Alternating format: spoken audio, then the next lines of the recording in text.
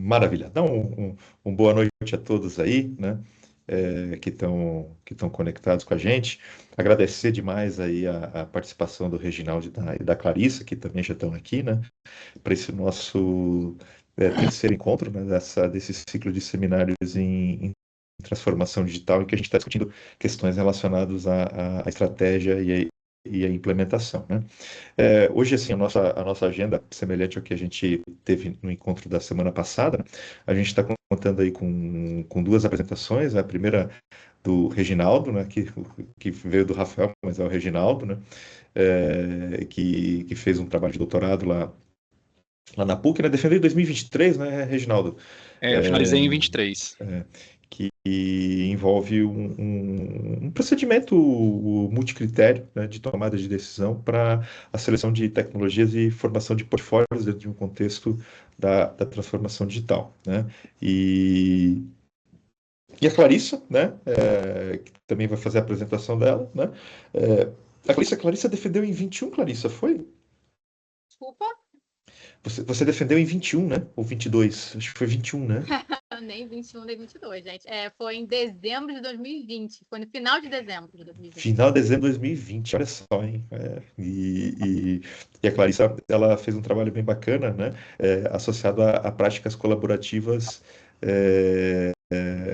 assim, em P&D para transformação digital, assim, num contexto multicaso, né? Tentando comparar o Reino Unido e empresas no Reino Unido e no Brasil, né? Então a gente vai ter essas duas apresentações para a gente discutir, né? Primeiro, o Reginaldo, né? Em torno de meia hora, Reginaldo, assim, a gente para ter um tempo aí de perguntas e respostas e para depois a gente também trocar uma ideia, tá? Mas se passar um Uhum. pouquinho também não tem problema, fica bem tranquilo, tá? Depois a Clarissa, né? E aí no final a gente, assim, tem uma oportunidade de fazer um debate, né? E conversar um pouco mais sobre os trabalhos e algumas perspectivas futuras, né? Sempre nosso principal objetivo aqui é a gente tentar entender da onde que a gente vai daqui para frente também, né? Ou seja, o que que a gente pode construir a partir do que vocês já fizeram, né? Porque assim, vocês fizeram trabalhos de doutorado, os dois, né, que foram bastante complexos e que analisaram essas questões relacionadas à transformação digital de diferentes perspectivas, né? E a gente sabe que a transformação digital não é um fenômeno simples, né? E como fenômeno, ele merece um estudo aprofundado. Está todo mundo meio que querendo entender e saber qual que é assim, o caminho, né, que precisa seguir para melhorar as suas operações, seus processos, por meio do uso e adoção de tecnologias digitais, né? E vocês vão trazer alguns insights aí que são importantes, né? E sem dúvida alguma, com muitas contribuições a partir das quais a gente pode construir, né, coisas novas também, tá? Então, assim, sem muito mais delongas, vou passar a palavra aqui para o Reginaldo, né?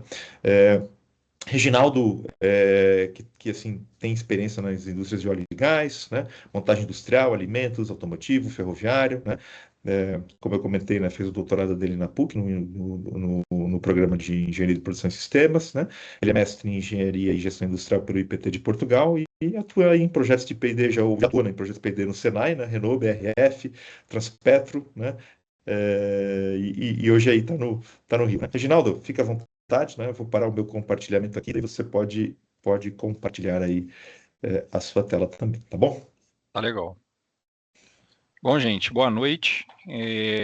Só para entender um pouquinho, né, eu vou me apresentar aqui do que eu faço hoje, né, e como que a gente conecta aí com essa conversa de hoje.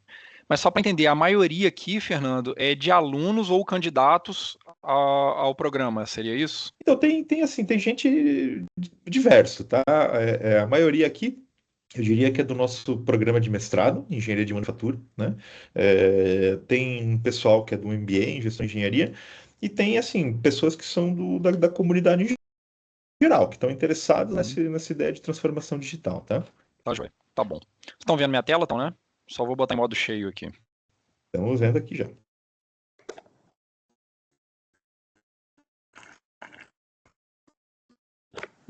eu botar em tela cheia. Foi? Foi sim. Foi. Então tá. Bom, Fernando, eu ia comentar uma questão mais frente, mas eu vou até pegar um gancho do que você falou, assim, eu ia falar um pouco sobre isso no meio da apresentação aqui, mas já vou comentar, né, assim, a fala do Fernando, né, pessoal, da gente tentar entender, né, esse trabalho que eles estão tendo de tentar entender o que já foi construído até então para não ser uma invenção de roda a cada trabalho de tese de pós-graduação, né? E é um pouco do que eu ia falar um pouquinho mais à frente ali, dessa questão de ciência e tecnologia, né? Então, ciência e tecnologia têm que andar sempre juntas, né? Não obrigatoriamente, mas é salutar que seja assim, né?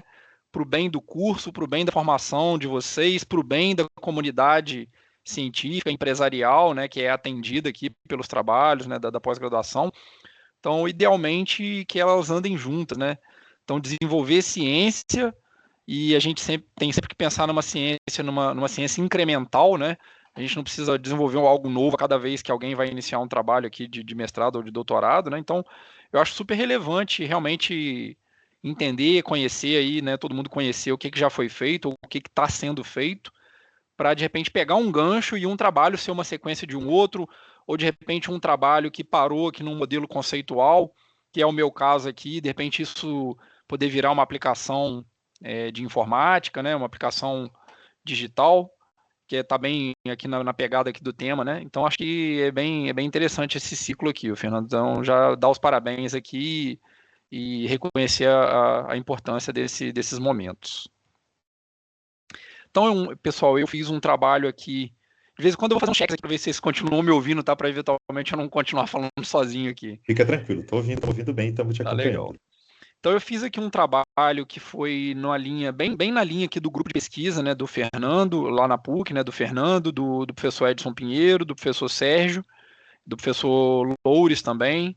Então esse grupo de pesquisa que está mais ligado aqui à estratégia de operações, né, e decisões, e teoria de decisões, eu tentei juntar um pouco disso tudo, então um pouco da expertise aí do Fernando, do Edson, o Fernando do momento que ele teve também na Virginia Técnico, foi isso, né, Fernando?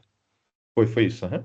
E aí tem até uma aluna que depois, né, uma doutora que publicou um trabalho que eu vou apresentar aqui na frente também. Então, o meu objetivo foi tentar juntar um pouco disso tudo, essa pegada do Process Approach, né, do Institute for Manufacturing, lá da Universidade de Cambridge, que acho que muitos dos alunos aqui vêm atuando, né, vêm trabalhando com essa abordagem, né, o próprio Fayet e o Castilho, que apresentaram na semana passada, também tocaram um pouco nessa abordagem, e eu juntei um pouco disso tudo aí para tentar ofertar para o mercado, né, para o público em geral, seja acadêmico ou profissional, uma ferramenta prática que pudesse ser usada aí nas empresas, né, e a gente vai conversar um pouquinho sobre isso. Não vou me alongar aqui muito na agenda, a gente vai passando nos tópicos aqui, né, mas pretendo ser breve aqui, não trouxe muitos tópicos, até para a gente poder ter alguma profundidade aqui em cada um deles. Então, o meu trabalho ele se baseou aqui, né, fazendo uma contextualização do trabalho, muito na pegada aqui da perspectiva de gestão de tecnologias, né? Então, a gente entender isso de uma forma mais ampla nas empresas, né? Então, de onde isso parte e até que ponto que vai, e aí que eu comecei a formatar, né, o que seria o meu problema de pesquisa, né? Então, partindo aí de uma visão das necessidades de clientes, né, do mercado como um todo, né? Aqui numa perspectiva organizacional, né, empresarial, essas necessidades se traduzem, na maioria das vezes, na estratégia corporativa, né, ou seja, como que a empresa monta aí o seu plano de negócio, né, o seu business plan, para atender essas necessidades dos consumidores, né? Isso deriva numa estratégia de operações, em alguns casos numa estratégia de manufatura, né, quando existe manufatura, né? Mas no nosso caso aqui, como a gente fala de estratégia de operações, a gente embarca aqui também a manufatura nesse contexto aqui. E isso também se traduz num sistema de medição de desempenho empresarial, ou especificamente da manufatura, né? Então, cada empresa trata isso de uma forma. E aí, numa camada mais gerencial, a gente desce aí para uma camada aí de gestão de tecnologias, né? Ou seja, pensando no parque fabril da empresa, pode ter uma unidade de sol, pode ter diversas unidades, né? Como foi o caso ali da BRF que eu trabalhei, que é uma empresa que tem 45 unidades industriais, né? Então tem que ter toda uma sistemática para poder gerenciar tecnologias desse parque fabril, aprender, né, com os benchmarks e ir gerenciando essas tecnologias, desativando tecnologias obsoletas e implementando novas tecnologias. Só que para implementar, né, para definir quais tecnologias vão ser implementadas ou desativadas, tem que ter aí um processo, ou deveria ter, né, um processo de seleção dessas tecnologias, né? Pode ser mais formal ou menos formal, a depender de cada empresa, né? E esse processo decisório, ele também é mais ou menos formal, dependendo da cultura, né, e da abordagem aí de cada empresa. Isso aí faz derivar um plano de investimentos para aquisição dessas tecnologias, né? E aí, numa camada mais operacional, essas tecnologias elas são adquiridas, né, na forma de bens e serviços e são disponibilizadas para manufatura ou para outras áreas aí de serviço para poder ter ganhos aí de produtividade, de qualidade, redução de custo, né? Aí, ou seja, esses ganhos, esse valor agregado que as tecnologias vão trazer, vai depender de cada uma, né, das capacidades, aqui a gente chama de capabilities, né, que cada uma pode prover para poder aumentar o valor agregado do negócio. E isso aí retorna, né, na forma de vantagens competitivas e mais especificamente na satisfação do consumidor. Com isso aí eu coloquei isso de uma forma linear, né, pessoal, para facilitar o entendimento, mas a gente sabe que isso não é bem linear, né? Isso costuma ser bem recursivo nas empresas, né? E a definição daquela necessidade do mercado, ela atendida por essas vantagens competitivas que as tecnologias proporcionam, né? É uma visão bem simplificada aqui. Ficou entendido aqui, gente? Estão me ouvindo bem? Continuam me ouvindo? Estamos ouvindo, tudo certinho. Ok, então tá. Então, a partir dessa contextualização mais conceitual, né, a gente entra aqui no que foi aí a formação do meu problema de pesquisa, né? Ou seja, o que eu, na minha tese, tentei trabalhar para poder, e quais lacunas eu consegui observar para poder desenvolver o trabalho, né? E aí, assim, muito nas conversas que eu tive com o Pinheiro, né, e com o próprio Fernando, e no trabalho ou em alguns trabalhos que eu andei lendo aí de alguns autores, a partir até de indicação de outros colegas e tudo, eu fui conhecer o que seria aí a Design Science Research. É uma metodologia de pesquisa, tá? Então, ela ajuda aqui na aplicação de métodos de desenvolvimento aqui da pesquisa, né, sejam métodos qualitativos ou quantitativos, né, no meu caso eu usei essencialmente métodos qualitativos para desenvolver aí a pesquisa. E aí tem um autor que eu gosto bastante, ele escreveu um livro já há bastante tempo, né, na década de 60, no final da década de 60, que é o Herbert Simon, que o livro chama de Science, até ficou um I a mais aí no SI ali, né, então, The Science of the Artificial, na qual ele descreve ali o que ele chama das ciências, né, que na verdade são as ciências do artificial.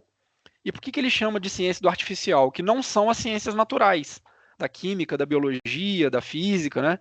São as ciências criadas pelo homem, né? Então, nelas se enquadra aí a engenharia, né? Então, ele define aí a engenharia como um sistema orientado, né, para o design, para o projeto, focado em sistemas artificiais, ou seja, mecânicos, elétricos, né, sistemas criados pelo homem, né?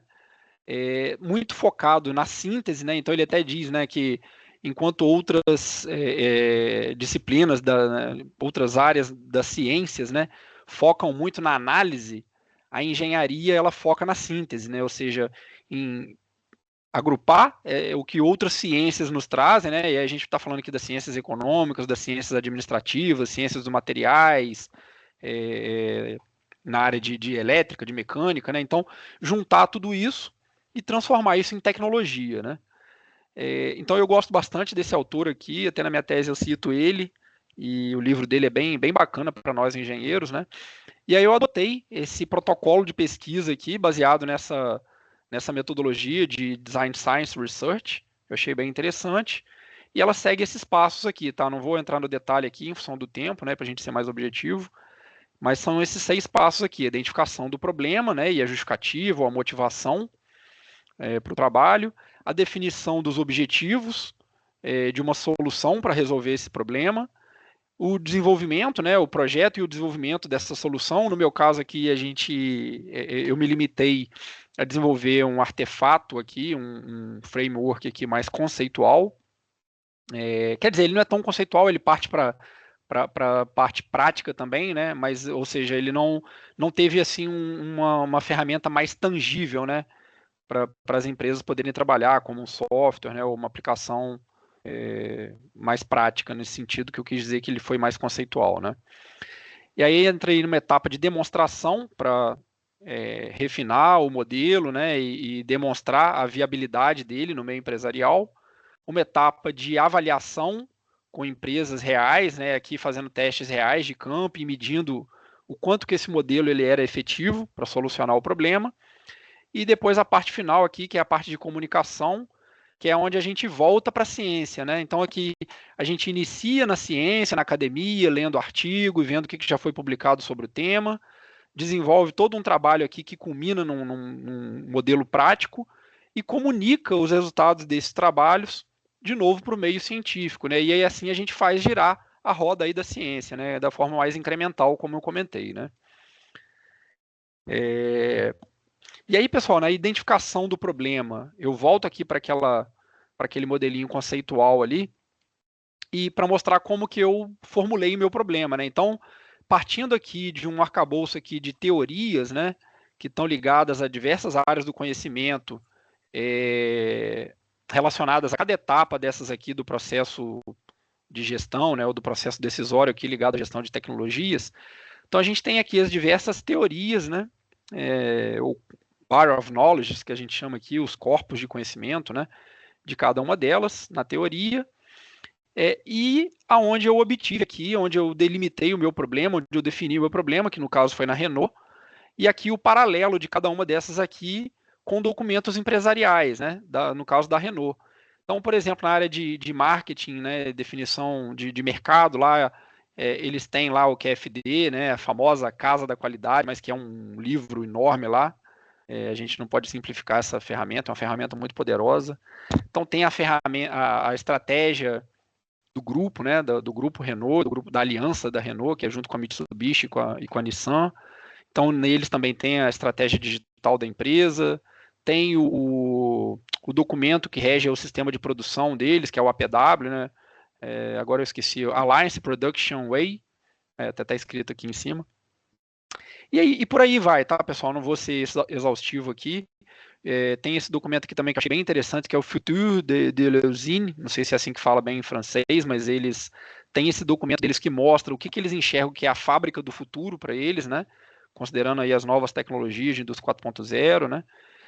E aí, eu lendo isso tudo aqui, eu me peguei, eu vi que para tudo isso tinha um documento, tinha uma metodologia da empresa, mas justamente para a questão de seleção de tecnologias, eu não consegui identificar na Renault um documento formal, né, que definisse, né, como que a empresa seleciona essas tecnologias, né, de uma forma mais metódica, né? E aí isso aí eu entendi que seria o gap aí para minha pesquisa, ou seja, uma lacuna que eu identifiquei na empresa e da qual aí eu parti para poder desenvolver o meu trabalho.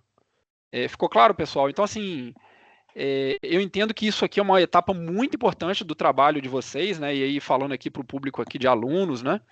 É o pulo do gato, né? Um dos pulos do gato que a gente tem que ter na tese aí, no trabalho da pós-graduação, que é identificar essa motivação, né? O que eu vou trabalhar, qual problema eu quero resolver, né? E isso é muito importante, porque é muito bom quando a gente tem um problema real para resolver, né? Para não dar aquela sensação de vazio no trabalho, né, pessoal? E aí, assim, partindo desse problema que eu defini, né, que era essa ausência de uma metodologia, de um processo estruturado para a seleção de tecnologias, para suportar essa jornada de transformação digital da empresa, né, foi aonde eu defini os meus objetivos específicos, né, defini o meu objetivo geral da pesquisa e defini também os objetivos específicos, né, que estão muito ligados àquelas etapas lá da metodologia do Design Science, né.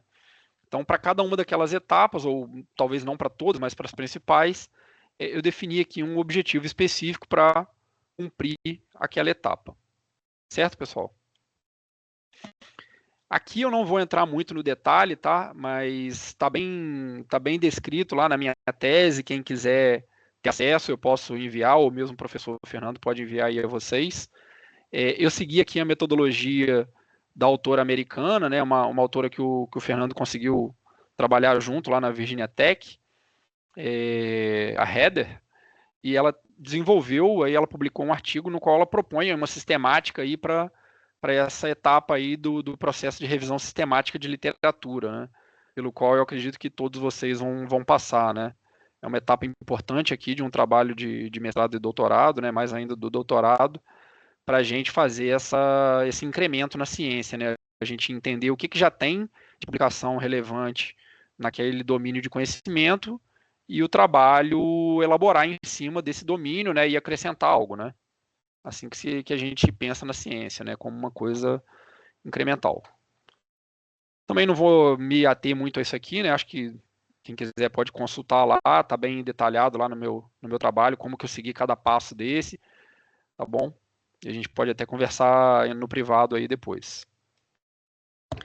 E aí, assim, um dos ganhos que eu entendo que teve a minha pesquisa também, e acho que é de todos vocês aí que vão passar por essa etapa de revisão sistemática, é identificar nesse emaranhado de documentos que vocês vão ler, conseguir, a partir de uma análise de cada um deles, trazer uma síntese, né? Eu acho que isso é um grande ganho aqui desse trabalho de revisão sistemática, né? É conseguir sintetizar alguns aspectos, né? Que para o trabalho de cada um aí pode ir por um caminho, né? Eu defini esses tópicos aqui como síntese aqui dessa revisão sistemática, então eu identifiquei quais dimensões de critérios de decisão eu identifiquei nos diversos trabalhos que eu li, né, ligados à estratégia de manufatura e transformação digital.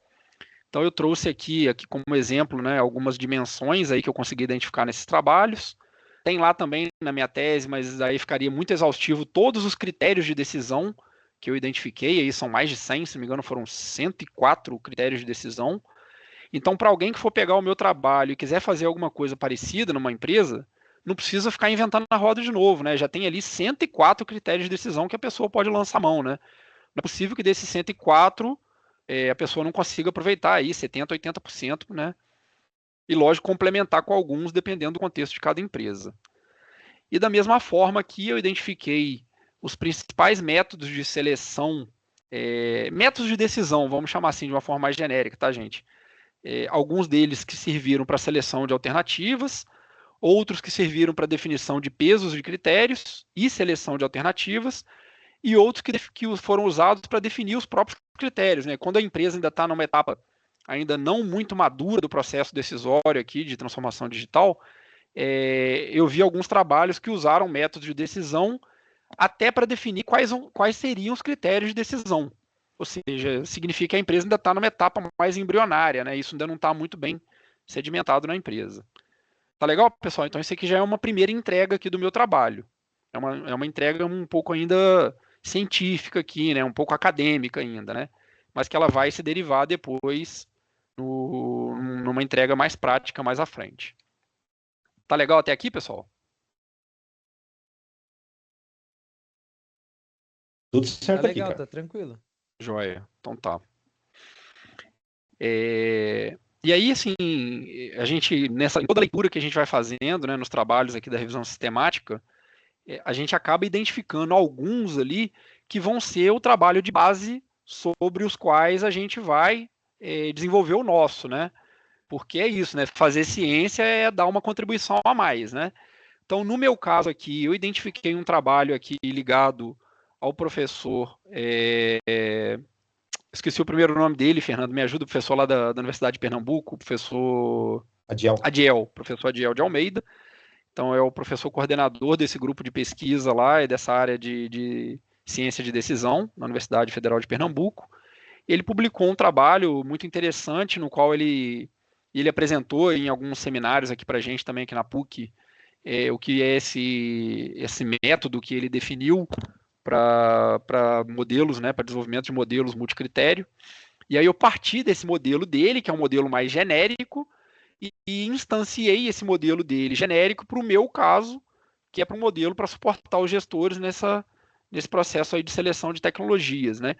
Então, o que eu entendo aqui que eu fiz uma contribuição teórica aqui também nesse caso, que é justamente essa, não sei bem a palavra em português, né? Em inglês é instantiating, né? Que é instanciar, vamos dizer assim, né? Esse modelo genérico para um modelo prático aplicado ao meu caso de estudo, né? Então, o modelo dele tinha aqui 12 etapas, e partindo dele eu desenvolvi um modelo aqui dividido em duas grandes fases, tá? Então, numa primeira etapa que eu defini conceitualmente o que seria esse meu modelo. Então, essas definições aqui, elas respondem o ato aqui, né? O que, né? Uma empresa deve fazer, né? Para seguir esse processo de seleção de tecnologias.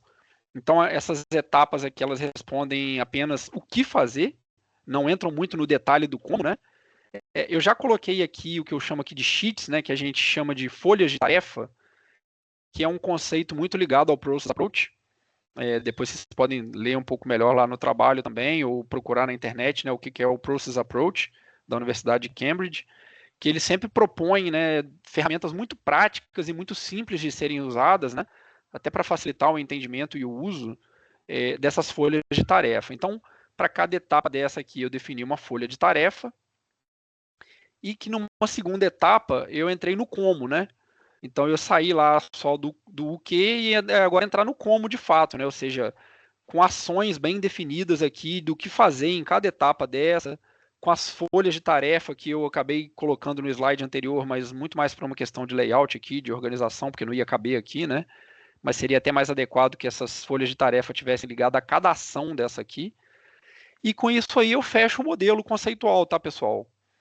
Ou seja, eu começo a amarrar desde um estudo da estratégia da empresa, da revisão da estratégia digital e da estratégia de manufatura, a revisão do sistema de medição de desempenho de manufatura, a definição dos gaps ou das necessidades para complementar essa estratégia, né? Ou seja, para fazer cumprir essa estratégia digital.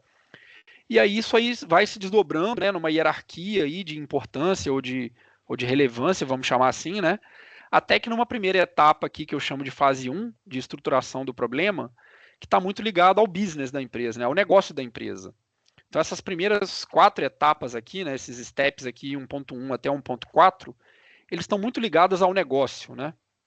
Então, aqui entra muito a experiência, a expertise, o know-how aqui dos especialistas, dos gerentes, né, do próprio público das empresas atendidas aí, né?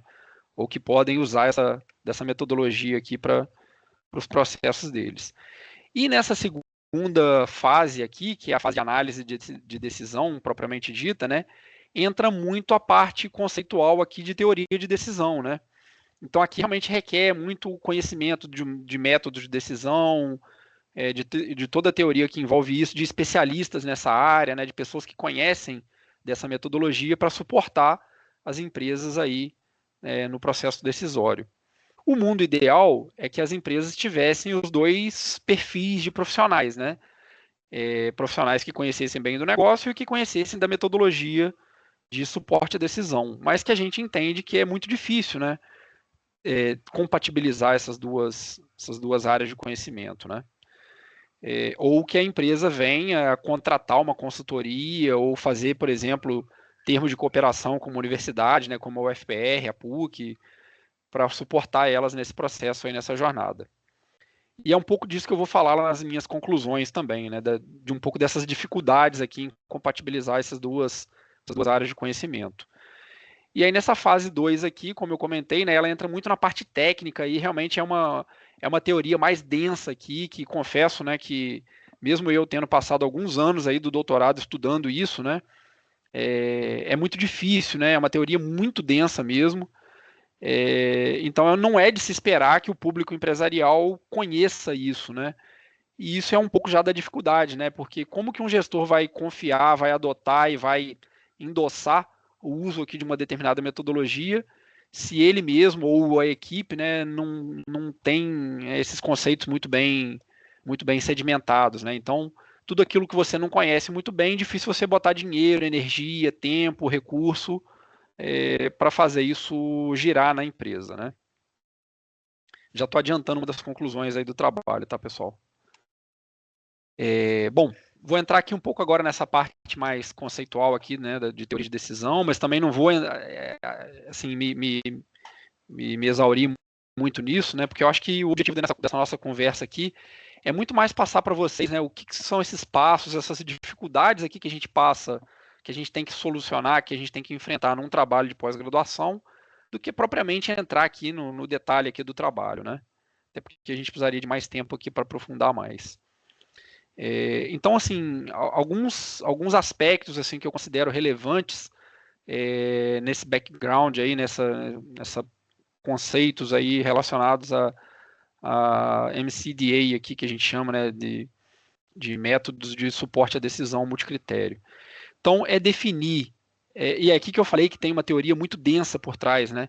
É definir o objetivo da decisão e a problemática de MCDA, né? A problemática, quando a gente fala aqui, é uma problemática se é uma problemática de ranqueamento, de seleção de portfólio. Então, essa problemática ela vai definir métodos mais adequados que são mais adequados para cada uma dessas problemáticas. Então, aqui já é um primeiro filtro, tá? Então, nem todos os métodos são adequados para todas as problemáticas de suporte à decisão e também nem para solucionar todos os objetivos de decisão.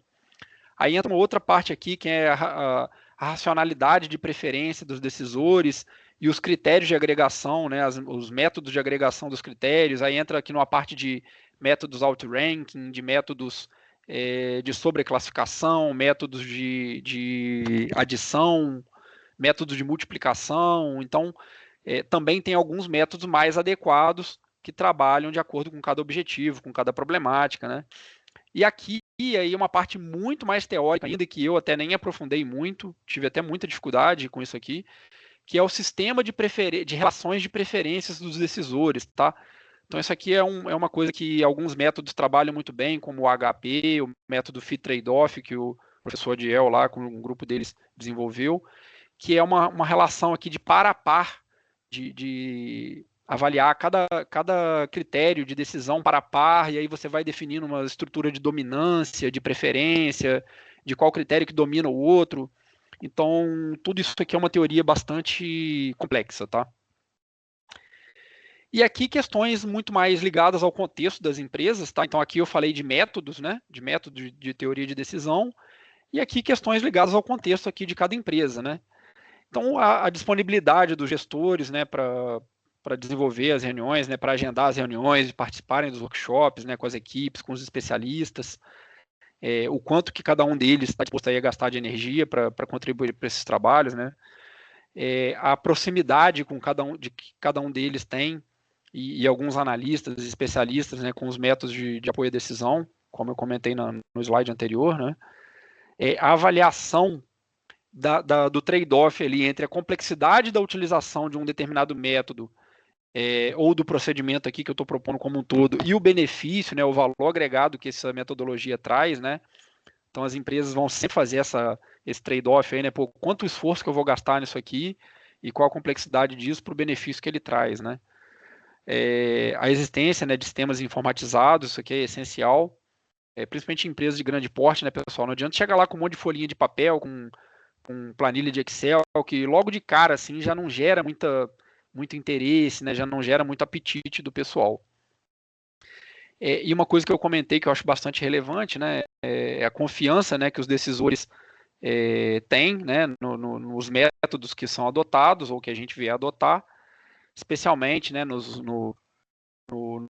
métodos, quando esses métodos são informatizados, né, e os cálculos por trás daquilo ali, como que ele faz, né, todos os cálculos lá para gerar as notas, né, e as classificações lá das tecnologias, isso não está muito transparente.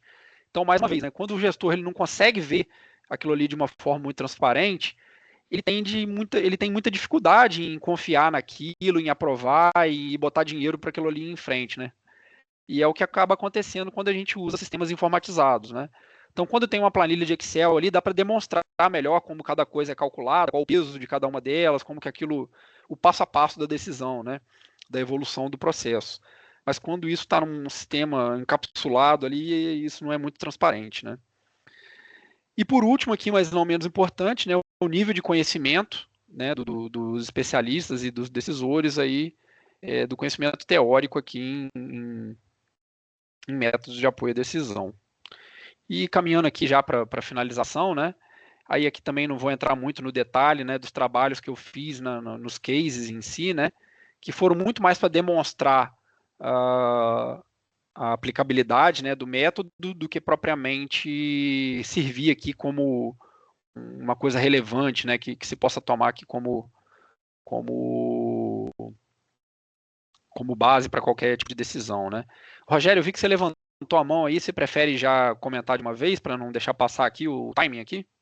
Não, tá legal então, obrigado, cara. Eu abaixei porque eu não sabia se era o time. Não, fica Mas, tranquilo.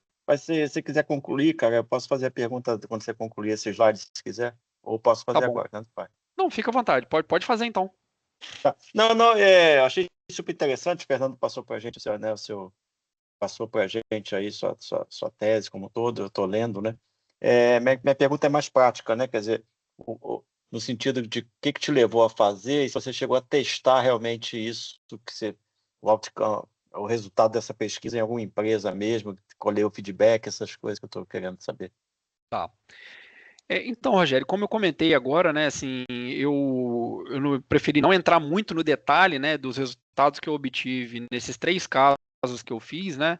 Aqui entre nós eu posso comentar as empresas, no trabalho lá eu não cito o nome, né, mas o caso 1 aqui foi na Renault, o caso 2 não lembro agora bem o nome da empresa, mas foi uma metalúrgica aí da região metropolitana de Curitiba mesmo, que uns outros colegas aí do grupo da PUC aí já estavam fazendo um outro trabalho lá e facilitaram o acesso. E eles estavam numa jornada lá de instalar um programa lá de Lean 4.0. E o caso 3 foi na BRF, onde eu trabalhei. Então, em 2 deles eu usei as ferramentas aí, o método, né, e a ferramenta informatizada do Fit Trade-off, disponibilizado lá pela UFPE. E no caso 2 eu usei o Prometer usando o Rock Ratio. Aqui é um método aqui de definição de pesos de critérios, tá? Ele facilita bem a definição desses pesos, facilita os decisores, né, nessa definição. Então, assim, esse slide aqui ele é muito mais para dizer que eu fiz esses 3 casos, né, nessas 3 empresas, e que isso fez parte aqui, lá na Design Science Research, dessas etapas aqui de demonstração e de avaliação de resultados. Tá? Então, eram as etapas 4 e 5 lá do método.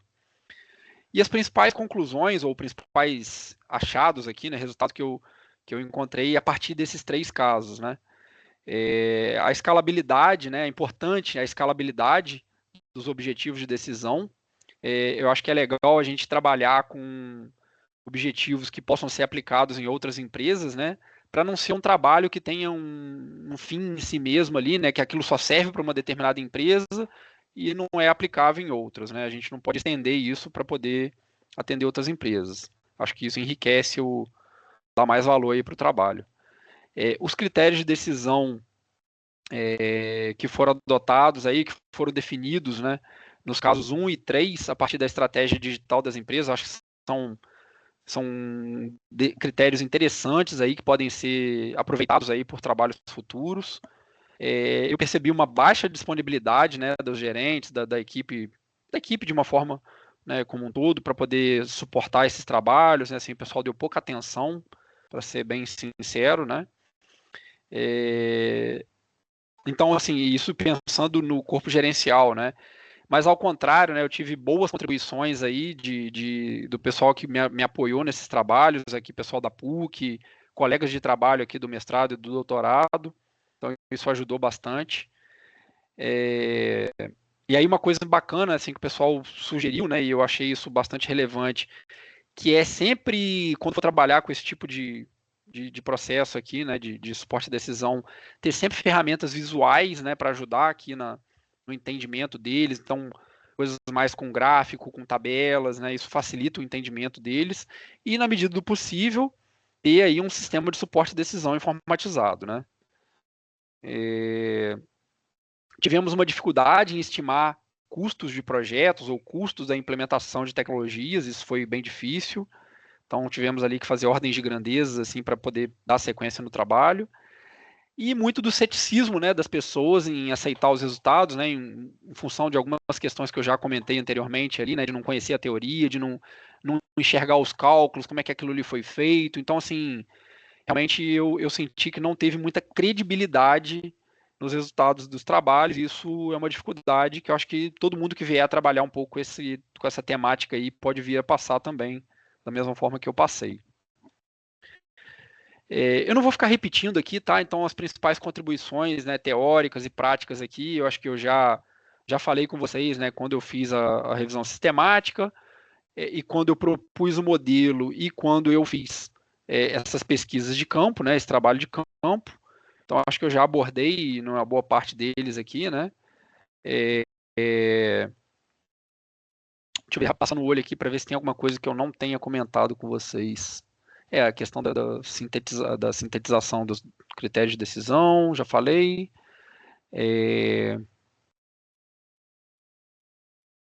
Uhum. Não, é isso, pessoal. Não vou me aprofundar muito aqui não, até em função do horário, né, para a gente conversar um pouquinho sobre isso. Mas é isso, assim, quando a gente vai trabalhar nas empresas, né, e só antes agora de entrar naquele slide ali, né, quando a gente vai trabalhar nas empresas, pelo menos meu sentimento foi esse, né, que toda essa teoria muito pesada que tem por trás, né, dessa área de ciência de decisão, se o pessoal da empresa não compreende isso, não está familiarizado com isso, o pessoal fala, aham, tá, beleza, vou te ajudar aqui e tal, mas é difícil eles se engajarem, né? Então, para mim, a principal conclusão que eu tiro desse trabalho é que é uma temática interessante, ela pode trazer bons resultados, mas ela é muito difícil de ter o engajamento das pessoas, né? Então, isso aí, se não tiver o engajamento do gestor, que é quem toma a decisão e quem bate o martelo das coisas lá para poder usar o método, né? Não vou nem falar de usar o resultado do método, mas da própria utilização do método, já cai por terra logo de início, né? Então, acho que tem que ter uma fase ali bastante pesada no início ali, de convencimento, de explicação, para poder formar as bases lá, para poder desenvolver e trabalhar com esses métodos, né? Senão, se não tiver isso aí, nem vai para frente. Quanto mais utilizar e botar dinheiro para poder implementar as tecnologias depois, né? E aí, a última etapa do trabalho aí, que eu tinha comentado lá na metodologia, né, que é a comunicação dos resultados, né, para o público acadêmico e para o público empresarial. E aí o meu ficou na forma de 8 planejados, né, 8 artigos ao longo da tese, né, nem todos eu consegui publicar, mas todos eu consegui pelo menos tentar, né, e submeter. E agora estou no último aí, apesar de já ter terminado o trabalho há quase 3 anos, ainda estou no último aí agora no IJPR. Está sendo um trabalho meio árduo aí de atender os comentários dos revisores agora no mês de maio, abril e maio agora. Já tem muitos anos que eu trabalhei com isso, né? Então algumas coisas já até me esqueci mesmo, né? Mas é isso, pessoal. Então não é um trabalho fácil, não é um trabalho confortável, né? Fazer uma tese de doutorado não é uma coisa confortável, mas ela tem que ser prazerosa para cada um, né? Cada um tem que se encontrar, se enxergar nisso, né? E entender que rumo vocês querem tomar na carreira e o quanto que vocês querem aprofundar em cada entrega que vocês fazem, né? Então, para aqueles que querem seguir mais uma carreira acadêmica, de repente vão se debruçar um pouco mais na parte conceitual. Aqueles que querem entregar resultado para as empresas ou ter mais trabalho de pesquisa ou mesmo ser profissional, né, das empresas aí vão se debruçar um pouco mais na parte prática, né? E cada um tem que ir se achando aí nessa jornada aí. Legal, Reginaldo. Obrigado aí. Como é que é? Que eu ia comentar esse lance dos artigos, né? É comum para todo mundo, né? A Clarissa sabe bem disso, né? Não é fácil. São algumas madrugadas uma aí, luta, né? né? Mas como é que é? Esse JPR vai dar boa, vai dar boa. Precisando Tomara de que ajuda, sim. você grita aí, né? Eu sei Tá que você bom, tá numa obrigado. jornada solitária aí, né? Mas precisando de uma ajuda, você dá um grito aí. Tá bom, obrigado. Vamos deixar para duas perguntas aí do pessoal. Alguém que queira fazer algum comentário? Alguma pergunta? Ó, o André. Vamos lá, André. Oi, boa noite, Reginaldo. Obrigado pela tua Boa noite, apresentação. André. Obrigado também, professor Fernando, pela disponibilidade de a gente poder compartilhar essas trocas, né, conhecer esse projeto. Eu vi que você falou que teve bastante dificuldade de levar essa informação para os empresários, e é uma realidade, eu vou até abrir minha câmera aqui, que a gente encontra também em muitos projetos. E aí eu queria ver como que você acha que poderia ser mais ilustrativo. Eu vi que você comentou essa questão dos gráficos, das simulações, né? Mas essas são as informações que você acredita que poderiam melhorar essa percepção ou essa recepção dos empresários para engajamento na parte da análise? Sim, eu acho que sim, André, porque na maioria das vezes a gente vai tratar com engenheiros, administradores, pessoas que estão muito ligadas, né, a números, né, a finanças, né, e quanto maior o nível gerencial, mais domínio aquele gestor costuma ter ou deveria ter de áreas financeiras, né, de uma área de conhecimento de finanças. Então, tudo que tem ali tabelas, gráficos, números que mostram a evolução dos trabalhos ali, tende a gerar mais transparência, mais engajamento do pessoal, né? Então, assim, eu entendo que sim. Então, escolher, por exemplo, para quem vai seguir nessa área de método de suporte à decisão, escolher ferramentas informatizadas que têm uso de gráficos, né, uma coisa mais visual, eu acho que ajuda a engajar. Legal. Bom, assim, a gente vai ter tempo mais no final aí para dar uma discutida, conversar mais um pouquinho, né? Mas já vamos dar sequência aqui com a Clarissa, né? Que assim também trabalhou bastante aí com transformação digital, né? E cujo trabalho aí foi feito em várias mãos, né, Clarissa? E teve muita gente aí envolvida aí também no trabalho, muitos orientadores junto do trabalho, né, também, né? Trabalho da Clarissa aí de práticas colaborativas em P&D para transformação digital, estudo multicaso entre empresas do Brasil e Reino Unido no contexto da indústria 4.0. A Clarissa fez o doutorado no programa de administração da PUC, e o orientador dela foi o Carlos Quanti, né? E eu fui um dos co-orientadores do trabalho, né? Clarissa é graduada em administração pelo IBMEC, no Rio, e ciências contábeis na Moraes Júnior, também do Rio, mestre e doutora pela Escola de Negócios da PUC, né, no PPAD, que é o Programa de Administração, auditora pela IGAF Brasil, Ernst Young, fez doutorado sanduíche na LSPU, na London South Bank University, na Inglaterra, né, onde foi pesquisadora e professora visitante. Possui publicações, participações em projetos e grupos de pesquisa na área de indústria 4.0, digital readiness e digital capabilities, né? Então, vou parar o compartilhamento aqui, né, e já agradecer a Clarissa pela participação também, né? Clarissa, fica à vontade aí para apresentar o que você preparou aí para a gente. Beleza, deixamos. Obrigada aí pela apresentação. Boa noite, pessoal, mais uma vez. Eu vou compartilhar minha janela e aí vocês vão me falar se vocês estão vendo ou não. Apareceu. Está aparecendo aqui já o PowerPoint, Já não tá em tela cheia, né? Ainda. Tá agora em tela cheia? Agora está em tela cheia. Beleza? Então, vou começar aqui. Lembrando que vou apresentar alguns achados principais, tentar resumir da melhor forma possível, muito embora ser objetiva e resumir não é muito o meu forte, mas vou tentar. Minha tese ela foi defendida no final de 2020, né, como eu tinha falado, e de 2021 para cá eu venho publicando pedaços da minha tese, seja em congresso, capítulos de livro, ou journals, né, ou periódicos lá fora, internacionais. Então, a minha tese foi sobre o impacto da inovação aberta. Não sei se vocês estão familiarizados com o termo Open Innovation. Qual o impacto das práticas de inovação aberta ou inovação intercolaborativa, se vocês acharem melhor, na trajetória digital de organizações de grande porte, mais precisamente manufaturas do setor de telecomunicação, automotiva e eletroeletrônico, no Brasil, mais precisamente no sul do país, no Paraná, e britânicas, mais precisamente no Nordeste e Noroeste da Inglaterra, tá? Peraí.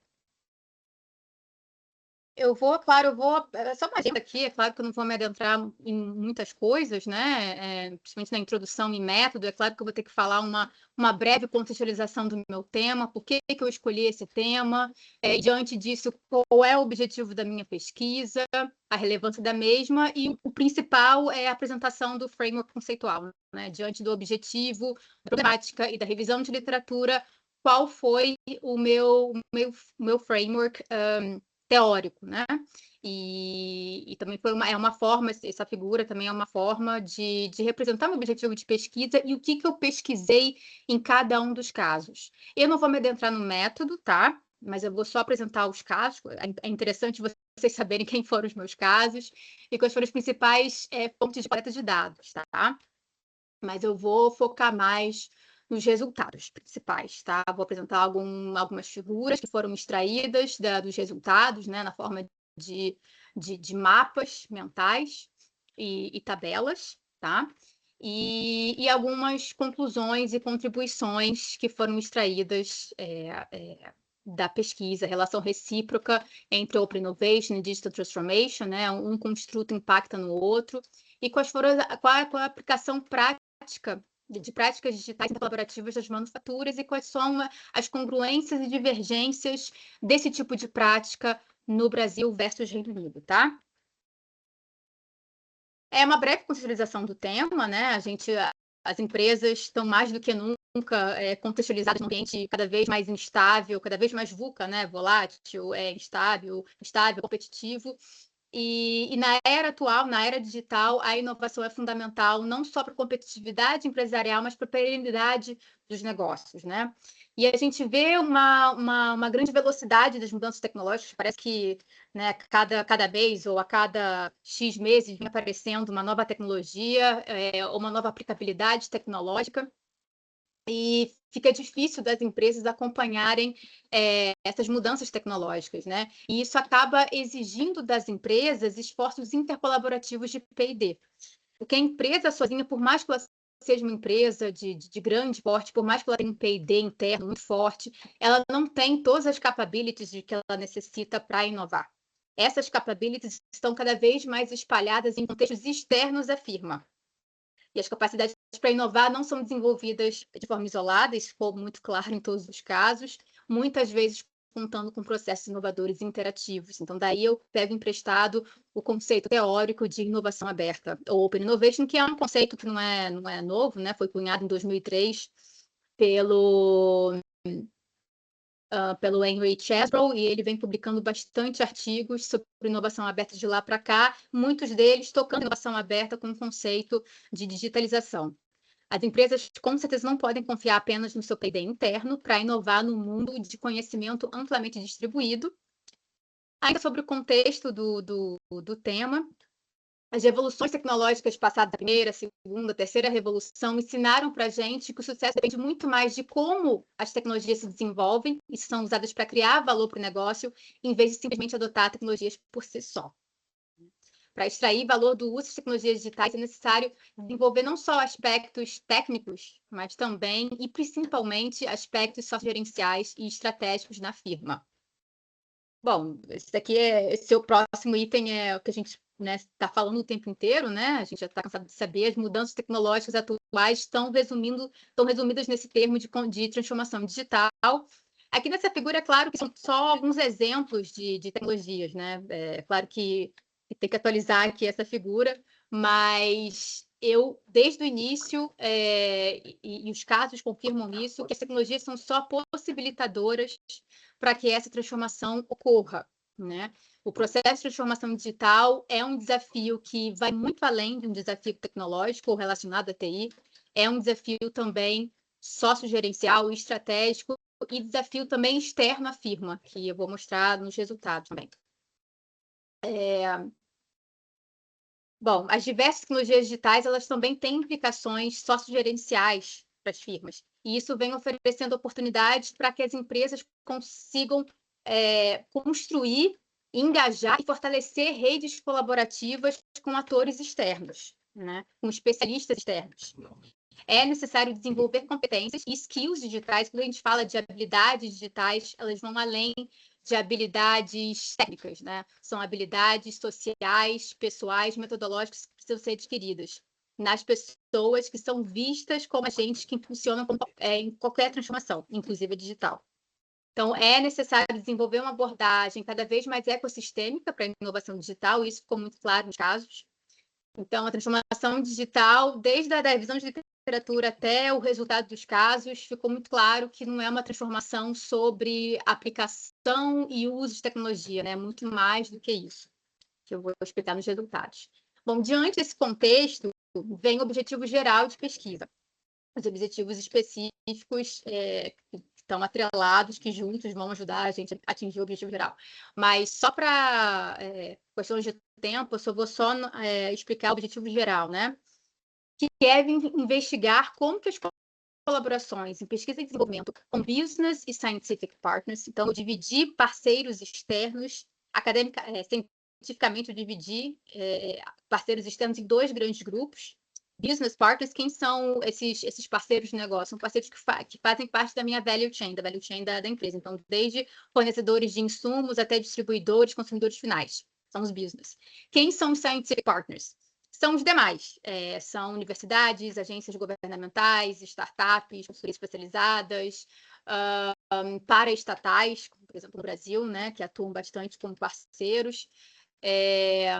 Instituições de tecnologia, de ciência, tecnologia, etc. Então, como que esses 2 grupos de parceiros externos contribuem para a inovação de grandes manufaturas brasileiras e britânicas que já estão na sua jornada rumo ao digital, tá? Lembra do framework que eu tinha falado? Então, diante da revisão de literatura, que eu não vou me adentrar aqui na revisão de literatura, nem é objetivo aqui, né?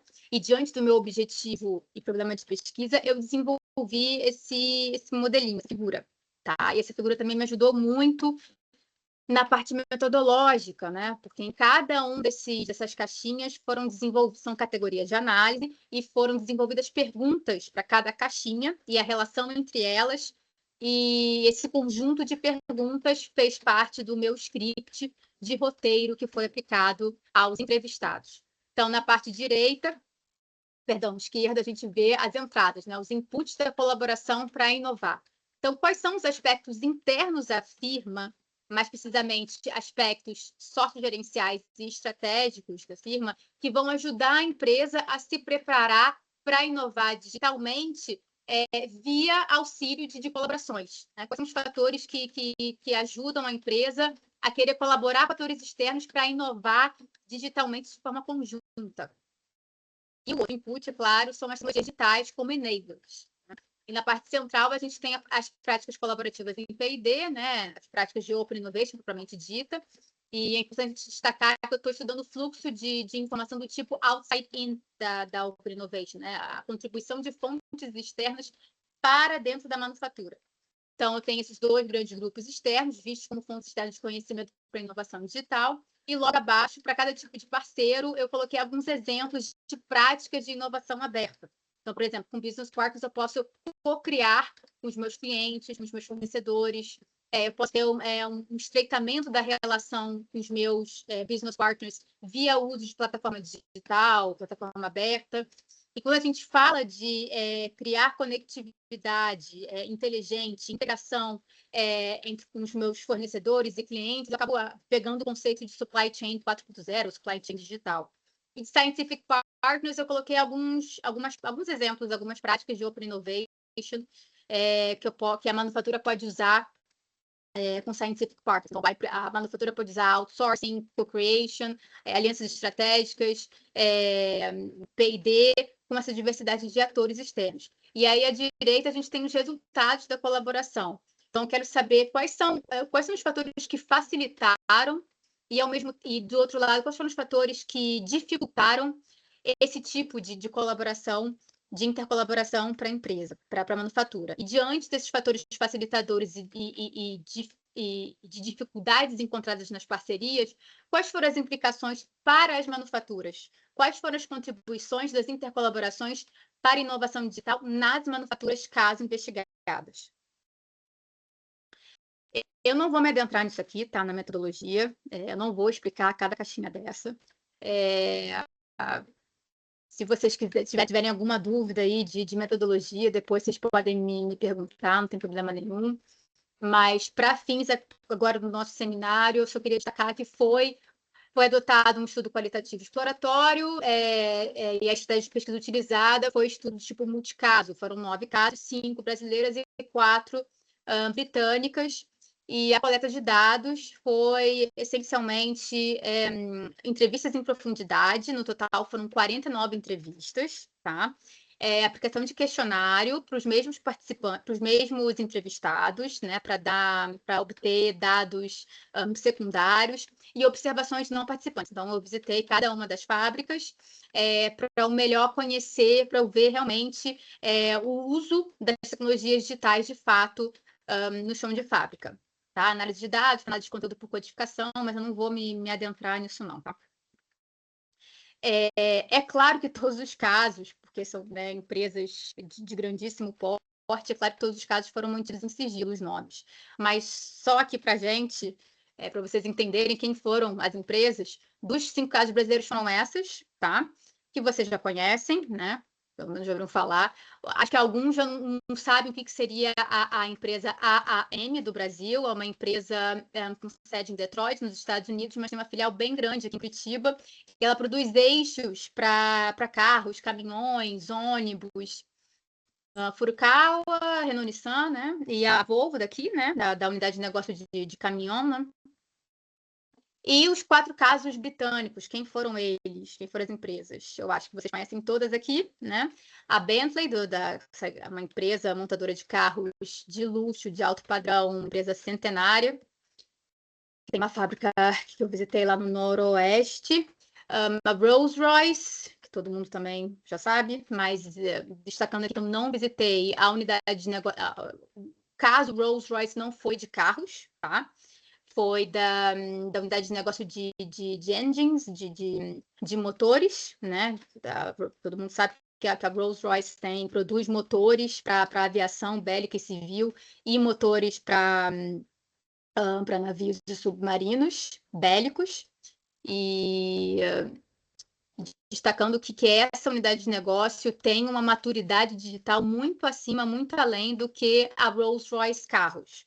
A Stanley Black & Decker, que eu também visitei, que não é uma empresa britânica, ela é norte-americana, com sede em Connecticut, mas no noroeste da Inglaterra tem uma filial gigante da Stanley, e ela só produz, é uma unidade de negócio que só produz itens de segurança, dispositivos de segurança para carros, para automotivos e para casa. E a Nissan UK, no nordeste da Inglaterra, a Renault não está mais na Inglaterra, né? Ela saiu, aí ficou só a Nissan. Nissan, né, empresa de automakers Nissan.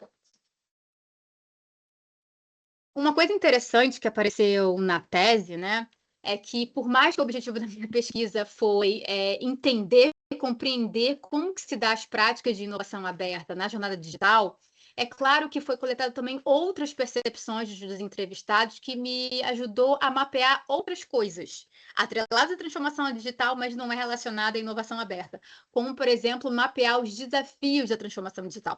Então, nessa figura que eu desenvolvi com a ajuda do software de análise de conteúdo Atlas TI, a gente consegue perceber que transformação digital é um assunto, melhor dizendo, é um fenômeno que vai muito mais além do que entendimento, aplicação e uso de tecnologias digitais. Apresenta um desafio que vai muito além de desafios tecnológicos, né? Vocês podem ver aqui que Technological Challenges é só uma parte dos desafios percebidos, né? É claro que quando a gente fala em desafios tecnológicos, a gente está falando de parques industriais antigos, que acaba acarretando em dificuldade de conectividade, altas políticas de segurança de dados muito altas, que isso acaba prejudicando também, e até prejudicando essas políticas, prejudicam também o engajamento com parceiros externos, complexidade da infraestrutura tecnológica, a falta ou uma carência de sistemas de informação interoperáveis, né? Isso daí faz parte dessa complexidade tecnológica. E aí vocês conseguem ver que existe uma diversidade de desafios sociogerenciais que caracterizam essa complexidade que é a gente entender o processo, a jornada de transformação digital. tá? Destacando que os códigos que estão sem cor são códigos que apareceram tanto na realidade brasileira quanto britânica, códigos em azul apareceram apenas na realidade britânica e códigos em verde, que foram só 2 aqui, né? O contexto brasileiro, óbvio que é um desafio macroeconômico que limita o entendimento e aplicação de tecnologias digitais nas fábricas, não só em fábricas. E esse outro código aqui, né? Lag Time Devote for Digital Transformation Innovation, né? Que é um desafio gerencial. As pessoas não têm, tanto pessoas de nível estratégico quanto tático, não têm tempo suficiente para se dedicar a práticas de inovação digital. Eu não vou falar das outras caixinhas, tá? Porque eu não tenho tempo.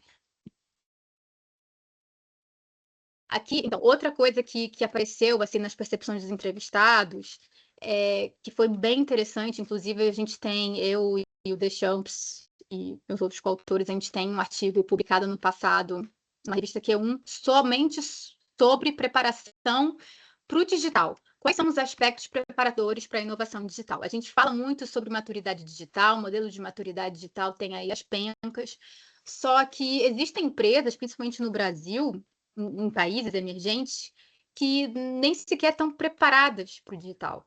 Sabem da importância da digitalização, mas não sabem como se preparar para essa mudança digital. Então, faz mais sentido a gente falar sobre digital readiness do que digital maturity.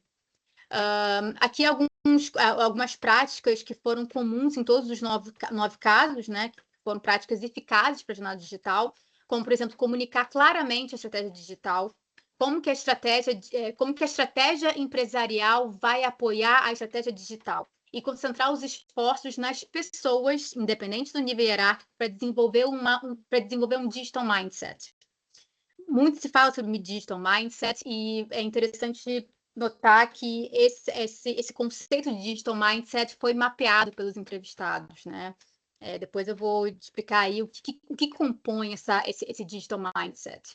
É necessário motivar a força de trabalho e a se engajar com parceiros externos, né, com colaboradores externos, para criar um sentido de urgência para a mudança digital. Então, todos os casos enfatizaram a relevância de se criar um ecossistema de inovação digital. Inovar de forma rápida, gradual e humilde é necessário, que motiva a colaboração com parceiros externos, né, que são vistos como atores que com certeza facilitam e até aceleram o processo de digitalização fabril. Escolher colaborações corretas é a espinha dorsal da estratégia de digitalização adotada nos casos. Prosperar requer mudanças, num primeiro momento, mudanças incrementais, e num segundo, terceiro momento, radicais, disruptivas, que desafiem a mentalidade corporativa, desfaçam as fronteiras organizacionais e inibam os sistemas legados, né? O uso de sistemas legados, a apropriação disso, com certeza, é um dos desafios à digitalização. Aqui não vou me adentrar, não, mas é ainda sobre preparação para a transformação digital, mas mais puxando o lado social. É interessante que todos os meus entrevistados foram do nível tático e estratégico das empresas e são todos com a formação em engenharia. Em alguma engenharia eles se formaram. Então, são pessoas com perfil técnico. Só que, mesmo assim, todos os entrevistados falaram que, né, tiveram essa congruência de dizer que os aspectos sociogerenciais são tão importantes quanto os aspectos tecnológicos, né? O preparar as pessoas, gerenciar competências para receber a digitalização é tão importante quanto desenvolver tecnologias por si só, né? Todos destacaram e fazem uso de laboratórios digitais, né? Isso também é bem interessante, que são espaços físicos que promovem intracolaborações e também intercolaborações. Tecnologias nunca vão provocar mudanças sem que as pessoas possam extrair e compreender o valor do uso e do impacto dessas tecnologias. Então, primeiro a gente tem que, quando a gente fala de preparação digital, a gente fala de engajamento das pessoas. Preparar pessoas é um dos aspectos, se não o maior, mais desafiadores e que compõem a jornada digital. E aqui lembra que eu falei do digital mindset, que todo mundo falou, da relevância de se construir uma nova mentalidade digital. Esses 4 pontos aqui são os pontos que caracterizam o digital mindset. Um deles é a questão da empresa desenvolver uma mente aberta e flexível para se engajar em intra e intercolaborações, né? Desenvolver capacidades relacionais, o uso de times cross-funcionais, compartilhar conhecimentos complementares dentro e fora da empresa é fundamental para a preparação e jornada digital. Mas aqui é uma das figuras sobre digital readiness que apareceu aí no decorrente da percepção dos meus entrevistados. Então, você vê que o negócio é complexo, existem vários drivers internos da empresa, strategic, social e managerial driver, que juntos vão auxiliar na preparação digital interna, né? E eu destaco também o uso dos digital labs, né? Que são espaços intercolaborativos, e são espaços onde você consegue verificar pessoas dedicadas e entusiastas do digital. Tem vários pontos que eu queria destacar, mas por conta de tempo, a questão do social driver, né? A gente tem o que caracteriza esse driver social é você criar uma awareness, criar uma conscientização das pessoas da necessidade da mudança digital, da mudança da dinâmica dos trabalhos, das pessoas a usar tecnologias digitais, a necessidade de quebrar resistências, né? Isso é muito difícil, mas extremamente relevante. A necessidade e o desejo de querer aprender de forma contínua, né? E a questão do líder digital aí para desenvolver essa necessidade é extremamente relevante. Existem inúmeras fontes de capacidades digitais, e aí vocês conseguem ver aí à direita várias fontes externas à empresa que servem como capacitadores digitais. Então, vai de consultorias especializadas, cursos e feiras internas e externas da empresa, congressos, entidades paraestatais, no caso do Brasil, né, que é o Sistema S, que ajuda bastante muitas manufaturas a se digitalizarem. Ainda sobre preparação, eu só coloquei essa figura, está nesse artigo que foi publicado, é só para destacar que o driver tecnológico, né, é só um pedaço, né? O direcionamento tecnológico, o direcionador tecnológico é só uma das pontas é só um aspecto para a preparação para a transformação digital, né? Existem muitos outros aspectos tão importantes quanto para preparar a empresa para a digitalização, aspectos internos e externos à firma, né? E isso ficou muito claro na hora da gente contrastar a realidade britânica com a brasileira. E todos esses aspectos juntos, eles fomentam a preparação para a inovação digital. E vocês também sabem, a gente já discutiu aqui, que a transformação digital é muito learn by doing, é um processo, é uma jornada, não é uma coisa que vai acontecer overnight.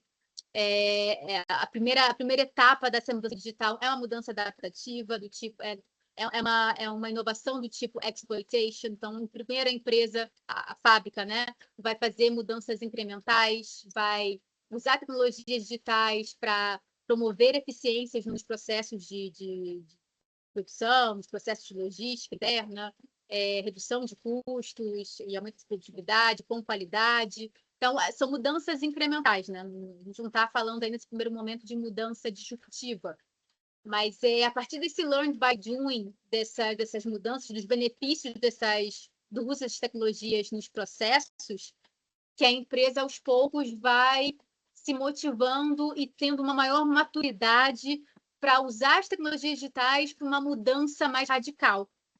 Seria um segundo ou terceiro momento, né? Que eu chamo de Digital Innovation Exploration, que aí sim a empresa poderia ter uma maturidade maior para usar tecnologias digitais para alterar a sua forma de fazer negócio, né? Business Model Transformation, aí a gente teria, né?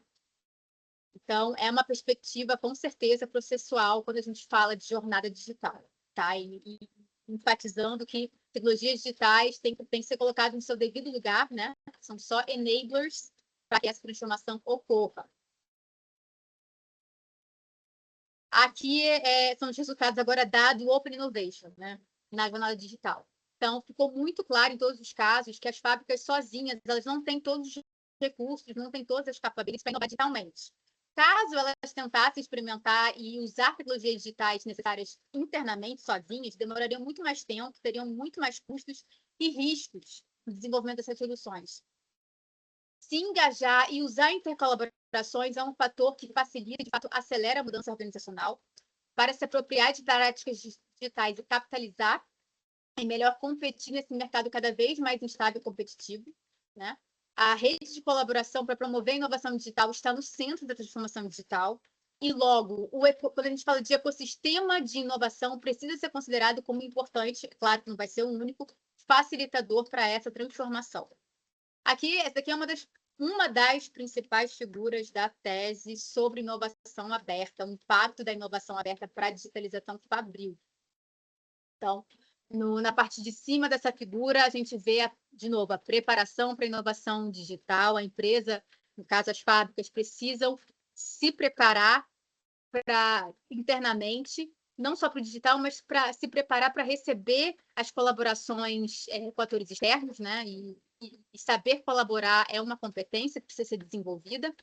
E essa preparação instiga nas fábricas uma predisposição para colaborar, que leva à operacionalização de projetos intercolaborativos de P&D digital, né? E esses projetos fazem parte de práticas de inovação aberta do tipo outside in, então usufruir de conhecimentos, de competências externas para dentro da minha empresa, para eu poder inovar de forma conjunta com esses atores externos. E o interessante é que todos os casos, inclusive os britânicos, eles não colaboram tanto com atores do tipo business partners. Tanto é que eu coloquei foi criado esse código Business Partners Dearth ali, né? Carência de business partners. Muito se fala de parcerias, de colaborações com os meus fornecedores de insumo, com os meus clientes, para eu, empresa Fabril, desenvolver produtos cada vez mais customizados para atender as necessidades dos clientes, mas isso está muito mais na teoria do que na prática. Foi verificada uma complexidade muito grande de colaborar, muito embora exista uma vontade de colaborar com esses atores. As manufaturas elas colaboram muito mais com scientific partners, como vocês podem ver na parte de baixo aí da figura. Existe uma diversidade de parceiros, tanto em projetos de inovação digital em desenvolvimento e projetos de inovação digital em ideação. São poucos os projetos de intercolaborativos concluídos, e isso mostra que todas as empresas estão numa fase, principalmente as brasileiras, estão numa fase ainda inicial na jornada digital. Então, aí eu não vou me adentrar muito em cada ator, tá, por causa do tempo, mas as empresas, tanto brasileiras quanto britânicas, colaboram muito com startups e hubs de inovação, com universidades e hubs de inovação presentes dentro dessas universidades. A gente tem o papel do governo, agências governamentais, né, que apoiam de forma direta ou indireta ações intercolaborativas para as manufaturas se digitalizarem. Então, no Brasil, a gente tem os incentivos fiscais, né? Todo mundo já ouviu falar de Lei do Bem, Lei da Informática, Rota 2030, que alguns dos casos investigados utilizam, se beneficiam para se digitalizarem, bolsas de pesquisa financiadas pelo governo, financiamentos não reembolsáveis. No caso, a gente tem o uso da Embrapi, né? A Embrapi está dentro desse código, que está associado, com certeza, com institutos de P&D tecnológico, né? Que são parceiros científicos. E essas intercolaborações elas são geridas de forma formal e muitas delas estão no seu estágio estão ainda em fase de desenvolvimento. Pelo menos na época coloquei os dados. De forma resumida, eu coloquei aqui o status das intercolaborações para a inovação digital nos casos brasileiros. Os casos brasileiros são 5, né? A Furukawa, que foi representada pela empresa Ômega, não está aqui, porque senão ia ficar muito, muito pequena a tabela, não ia ficar muito fácil de verificar, de observar. Mas vocês podem ver aqui, por exemplo, no caso do Brasil, qual foi a empresa, qual foi o caso que tem uma mentalidade mais aberta para receber intercolaborações para a inovação digital, né? Com a empresa mais preparada para intercolaborações. No caso, é a Alfa, que é a Renault Nissan, né? Mas a Renault Nissan, ela colabora bastante com atores científicos, então tem alguns projetos já concluídos de inovação digital intercolaborativo, né, com o uso via obtenção de benefícios dos incentivos fiscais, via colaboração com uma startup onde foi desenvolvida realidade artificial para o chão de fábrica. Tem uma diversidade aí de intercolaborações in progress, né, em desenvolvimento. Aí eu coloquei os atores externos e em colchetes eu coloquei o tipo de tecnologia desenvolvida de forma conjunta, tá? E você vê também que em cada caso tem muitas intercolaborações prospectadas, que ainda não tiveram aval, não tiveram ainda liberação do budget, mas está no radar dessas empresas. A mesma coisa foi feito com os casos britânicos, né? Tá? Vocês conseguem visualizar aí os 4 casos. A empresa britânica que tem uma mentalidade mais aberta, que tem uma estrutura organizacional mais flexível para receber atores externos para a inovação digital conjunta é a Capa. A Capa é a Rolls-Royce. E o interessante a gente ver que a Rolls-Royce ela é um líder digital. A Rolls-Royce já inovava, já aplicava inteligência artificial nos motores de aviação civil, muito antes da gente falar sobre inteligência artificial, lá no início da década de 90. É uma líder digital, né? É uma empresa que não só produz soluções digitais, mas também vende soluções digitais para clientes.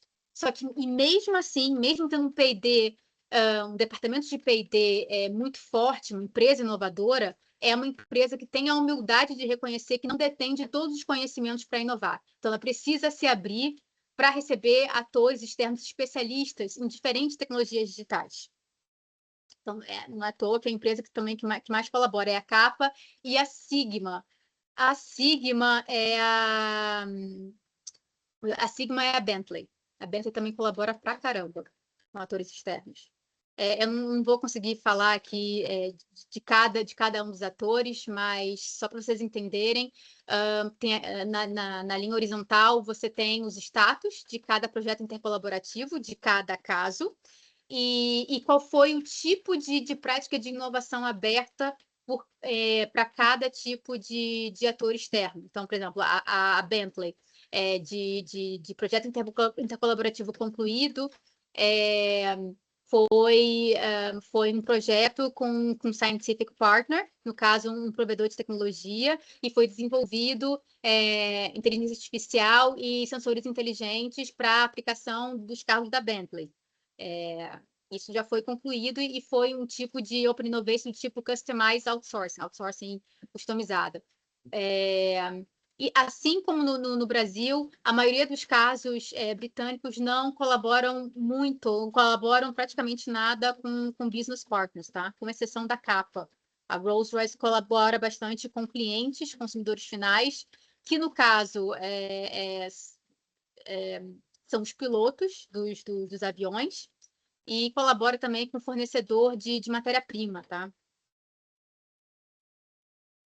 Eu vou colocar aqui só algumas conclusões principais, tá, da realidade, com convergências e divergências entre essas duas realidades macroeconômicas distintas, né? Então, na realidade brasileira, a gente consegue ver um atraso nos esforços públicos para a digitalização empresarial. A gente vê ações governamentais, sim, mas são ações tímidas, dispersas e desalinhadas. Os casos brasileiros estão em fase ainda inicial na construção de um ecossistema digital, só que elas já conseguem obter benefícios da adoção de práticas de inovação digital já. E no Brasil foi vista uma dificuldade na difusão da inovação digital, né? Tem uma falta no Brasil de uma política nacional coesa, coordenada para incentivar a digitalização nas fábricas. E isso contrapõe com a realidade britânica, né? O governo britânico, via agências e programas de apoio, mais precisamente o Innovate UK, cria instrumentos fortes e integrados para servir como catalisadores para a inovação digital. O governo britânico ele pretende garantir que as competências e um mindset correspondentes para a inovação digital sejam desenvolvidas no Reino Unido. Só que, é claro, até o governo britânico sabe que essa dedicação não é fácil, né? O próprio Reino Unido enfrenta desafios aí, que foram comentados na tese, né? Desafios específicos do Reino Unido. e foram vistas mais congruências entre os casos, né? Talvez as congruências, foi visto tantas congruências, mesmo em realidades econômicas tão díspares, porque no Brasil não foi estudada nenhuma empresa made in Brasil, né? Todas as empresas brasileiras são filiais de grandes corporações cuja sede está ou na Europa, ou no Japão, ou nos Estados Unidos. Então, tem muita influência positiva da matriz nas filiais brasileiras. Em todos os casos, o sucesso dos negócios depende mais de como as tecnologias digitais são desenvolvidas e usadas pelas pessoas para agregar valor à empresa, do que simplesmente tacar sensor em tudo quanto é lado. Não é só os dados e a sua gestão, mas também o fator micro-organizacional, né? O fator social é fundamental para a inovação digital. E eu termino aqui com as principais contribuições. Claro que teve muitas contribuições teóricas, né? Mas eu acho que aqui, para fins desse seminário, eu decidi enfatizar mais as contribuições para os tomadores de decisão, para a prática organizacional. Existe uma relação recíproca entre a transformação digital e a inovação aberta, ou seja, esse contexto digital de mudança tecnológica rápida, cada vez mais rápida, instiga nas empresas a se engajarem com atores externos especialistas em tecnologias digitais, ao mesmo passo que práticas de inovação aberta, né? Desenvolver e fazer uso de intercolaborações para a inovação digital conjunta acelera a jornada digital das fábricas. Colaborações ganham com certeza força em ambientes digitalizados. Se as fábricas não mobilizarem nas pessoas, sejam funcionários, sejam atores externos, sejam clientes, de forma devida para elas perceberem o valor das tecnologias digitais, os ganhos prometidos pela TD, pela transformação digital, serão dificilmente realizados. Essa transformação ela é humana, ela é social, e os usuários de tecnologia são os principais agentes dessa mudança, isso ficou muito claro em todos os casos. Não há interesse em adotar tecnologia digital por si só, né? O processo de transformação digital ele é customizado, ele é incremental, ele tem que atender às necessidades de cada empresa. A prioridade é fazer uso tecnológico que traga vantagens competitivas, agregue valor para o negócio, que atende às especificidades, às idiosincrasias de cada empresa. E é imperativo, é claro, estar aberto a atores externos corretos, promover parcerias eficazes, bem como aprovar e acelerar investimentos em projetos digitais. Nos casos, enfatizar a relevância de se criar um ecossistema de inovação, né, que é um importante, muito embora não é o único, facilitador da jornada digital. E é isso, de forma muito, muito sucinta, tá? Deixa eu parar de compartilhar aqui. É isso. Ótimo, obrigado, Clarissa. Ótimo. Eu sei que você exercitou bastante seu poder de síntese aí, tá? Não é, gente? Eu também achei. Porque eu sou bem, bem devagar, específico, prolixa. Mas eu tô melhorando. Imagina. E vamos lá, vamos ver se o pessoal tem alguma pergunta, alguma consideração. Ó, o Adriano já levantou a mão aí. Tá? Boa noite. Primeiro, parabéns, um trabalho excelente, né? Já dá para perceber o tamanho dele. E a minha pergunta, ela envolve até as duas apresentações, porque eu tenho uma tese que está relacionada ao poder da decisão e também a uma engenharia colaborativa. Então, eu trabalho bem nesse ramo dos seus estudos aí. Na AM é um dos meus clientes, né? Trabalho no segmento automotivo. E, assim, a minha pergunta ia ser porque, infelizmente, no Brasil, para uma evolução em vários aspectos, principalmente tecnologia, avanço, quando a empresa é 100% nacional e não tem as matrizes ou recurso, um budget preparado, nós somos mais formatados por regras. Então, toda vez que chega uma regra, uma NR, alguma coisa, se esforça muito para fazer um desenvolvimento de tecnologia ou velocidade de transformação para acontecer. Pelo que a gente vê, dentro desse estudo, você acredita que também vamos ter que passar por isso, por algumas regras, para poder também na transformação digital ter um pouco mais de velocidade? Porque o empresário brasileiro ele sofre muito com um monte de problemas, né? Então, nem sempre ele vai ter essa ciência natural de que isso traz benefício, traz dinheiro, fica muito pelo sentimento. E aí, às vezes, eu estou mais reagindo a uma necessidade de norma e aí a gente transforma isso com engenharia em ganho, mas não como o próprio ganho no objetivo inicial. Quando a gente fala de transformação digital, né, é difícil a gente materializar, quantificar quais são os ganhos ou quais seriam os ganhos ao usar uma tecnologia X num processo operacional, né? E isso acaba prejudicando a liberação de budget de projetos digitais. E assim, uma das coisas que não sei se a própria AM, mas muitas empresas, muitos dos casos, vêm fazendo, e são empresas enormes, então a questão de compliance, de regras, de seguir regras, é claro que engessa qualquer empresa para qualquer mudança. Mas é necessário a questão da mentalidade digital, né? Adotar uma mentalidade digital para flexibilizar mais a mentalidade desses tomadores de decisão, para aprovar esses projetos digitais. Muitos das empresas eles falam que uma forma que eles adotam para ajudar a aprovar projetos de inovação digital, aprovar o budget, eles falam do conceito de me esqueci, de custos que não vão ser aumentados tantos ao utilizar uma tecnologia X. Cost Não é avoidance, né? Hã? Cost avoidance, Cost né, que eles falam. avoidance, que é uma forma não muito fácil, né, de justificar projetos, mas foi uma forma que muitas empresas estão usando para fazer a cabeça dos líderes, dos dirigentes a aprovar esses projetos digitais, mas é muito difícil. Eu mesmo, o que eu mais consegui foi usando análise de risco, né? Fazendo lá a relação do FEMEA, e aí, você tem uma possibilidade de um recall, uma contenção de lote muito grande, então você transforma toda a rastreabilidade num conceito digital, coloca um monte de sistema de proteção com karaoke, aí você digitaliza tudo, dessa forma um budget vem. Se for uma proposta que ela não engloba um risco relacionado, mas teoricamente vai trazer um ganho efetivo se aplicado, aí o crivo já diminui. Então, eu estava juntando as duas condições, porque se eu não tabular uma relação de poder da decisão pela lógica que eu vou usar para analisar, às vezes eu perco na entrada. E às vezes a gente coloca lá alguns riscos correlacionados para fazer isso virar uma percepção, né? Eu estou fazendo pelo risco e, consequentemente, tendo ganho.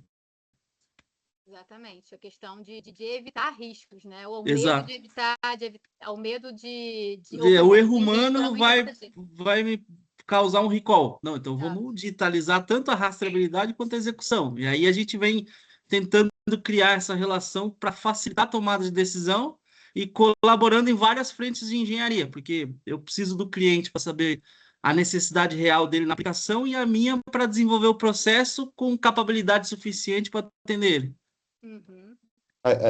Muito do, assim, como é que eu vou te dizer, não é bem da vontade, né, mas é enfim, da abertura, né, para se aceitar o risco, isso é meio óbvio, né, tá no tamanho do benefício que você vai tirar, né, então... Agora, muitas vezes, e aí é que vem o ponto, né, que eu acho, né, que muitas dessas tecnologias têm uma incerteza de aplicação, não é uma incerteza de benefício, né? Assim, a incerteza de aplicação, assim, a incerteza do benefício vem pela incerteza da aplicação, capabilizar ela, né, de funcionar. Porque você não sabe se a aplicação dela daquele jeito vai dar o resultado, né? E aí, assim, você não vai fazer um projeto grande, né, com essa tecnologia sem que você tenha uma certeza maior do benefício que você vai gerar, né? Por isso, isso acho que vai remeter um pouco com a discussão que a gente vai ter, inclusive, na semana que vem, porque os trabalhos da semana que vem vão tratar um pouco disso, né? Mas a grande questão é assim, você vai precisar fazer um projeto piloto para, né, que seja menor, gastando menos. Para poder escalar aquilo. E reduzir o risco, né? Então, assim, reduzir essa incerteza do conhecimento também, assim, do risco, né? Agora, ali acho que no primeiro encontro, a gente falou dessa questão acho que foi o Faye que falou, do Pilot Purgatory, né? Então, assim, é o purgatório dos projetos piloto, porque no final das contas você pode ter tanto projeto piloto, né? Que, assim, você vai investir um monte de dinheiro em um monte de projeto piloto, né? E aí você acaba se paralisando e não fazendo nada maior, porque você está fazendo muitas experiências, né? Não que isso seja ruim, né? Mas você precisa dosar a mão, né? Então, essa de fato acaba sendo uma dificuldade, né? Acho que o Reginaldo quer contribuir para a Não, discussão aí só também. uma contribuição aí, Fernando. Eu tendo aí, assim, tendo a ter um pensamento um pouco mais realista.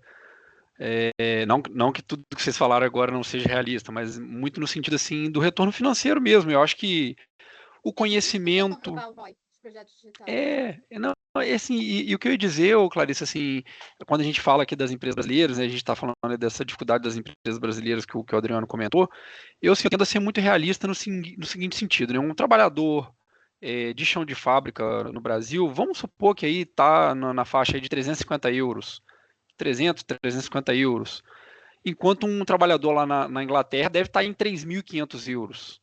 Lá nem euros, nem libras, mas convertendo aí, vamos arredondar aí 10 vezes mais. Então, eu acho assim, o conhecimento ele está disponível aqui para o Brasil, para as universidades, para as empresas, tem muita empresa estrangeira no Brasil que traz o conhecimento da matriz, né? Eu acho que a qualificação da nossa mão de obra melhorou muito nos últimos anos, o acesso a essas tecnologias muitas vezes está aí no comércio eletrônico mesmo, né? Pode fazer um pedido via internet, que vai vir robô, vai vir tecnologia do mundo inteiro. Então, eu acho que o acesso à tecnologia hoje deixou de ser problema, né? A qualificação da nossa mão de obra, dos nossos engenheiros, do nosso corpo gerencial, eu acho que é muito boa também. Então, eu tendo a ir muito pelo lado mesmo do retorno financeiro. Então, a gente está aí com juros de quase 15% ao ano. Hoje foi para 14,5%, né? Então, enquanto a gente não tiver um cenário macroeconômico e uma questão de que eu tenho um trabalhador muito mal remunerado, que vale a pena eu gastar 10 trabalhadores que uma máquina fazia, ou que uma inserção de um parque digital faria por 10 trabalhadores, cara, eu vou continuar contratando 10 trabalhadores, né? E enquanto para mim comprar máquina, eu tenho muito tributo sobre bens, né, sobre produtos, enquanto eu tiver muita tributação, um custo de capital elevadíssimo e uma facilidade em contratar mão de obra barata, eu acho que esse cenário vai persistir por muitos anos ainda, né? Isso até, Por isso que eu vejo Reginaldo. que quando é a lei ou a norma, aí a coisa Aí vem pela desfigura. imposição, né? Eu me lembro de trabalhar em sistema antes da NR12 e depois com a NR12. Aí complicou tanto que não conseguia produzir. Aí nós tivemos que reinventar uma engenharia para manter a segurança e ainda ser manufaturável com velocidade, mas foi via regra. Mas as primeiras oportunidades foi transforma a máquina. Não foi adquirir uma máquina com contexto tecnológico atualizado. Não, é pegar a máquina velha e transformar ela na digitalização para atender a norma. Sensores em vez de pino. E depois você tem que adaptar tudo isso ainda para ser produtivo. Então, a nossa realidade é bem essa. É muito mais complexa. Vai. Já fica a dica de um trabalho que explore questões relacionadas ao ROI, sabe? E isso, inclusive, foi uma dos desafios, né, que foram levantados em um dos artigos, né, que a gente publicou. A complexidade de você comprovar o retorno do investimento. Exatamente. Legal. Passar para o João Pedro. Bom, pessoal, primeiramente agradecer aos dois palestrantes, né? Eu recebi uma orientação do meu orientador, né? É esquisito falar, mas referente à metodologia do meu trabalho, Reginaldo. E ele falou o seguinte para mim, ele falou, mais importante do que o resultado é uma metodologia bem definida. E hoje, quando eu vi você apresentando o seu trabalho, explicando a metodologia que você fez para pensar no problema, na solução, eu entendi o que ele quis dizer. Então, assim, obrigado pela sua contribuição, clareou bastante. Acho que eu vou até voltar em alguns pontos para saber se eu consigo criar esse roadmap aí e mostrar que o meu problema tem solução e se meu trabalho realmente tem sentido. Até porque deu um ano de trabalho aí, a gente vai passar por uma pré-defesa, né? Que eles vão ver justamente isso. Eu queria agradecer você por trazer essa visão para a gente. E eu queria tirar uma dúvida com a Clarissa. Você encontrou diferença nas empresas que estão em território multinacional, né? Empresas que estão no Brasil, mas que são multinacionais com matrizes em outros países. Por exemplo, eu trabalho na Votorantim Cimentos, né? Ela é uma multinacional, tem empresas fora do Brasil, né? Mas ela é uma empresa que a matriz dela, que o centro técnico, inclusive onde eu trabalho, é aqui no Brasil. Né? Se você pegar uma Toyota, por exemplo, da vida, ela está no Brasil, mas quem manda mesmo está no Japão, né? Metodologia japonesa. Existe diferença nessa cultura de trazer tecnologia, trazer avanço, quando ela é imputada por fora, apesar dela estar no Brasil? Olha, com certeza deve ter diferença, né? Seria interessante a gente fazer uma pesquisa, aí fica como pesquisa futura, né?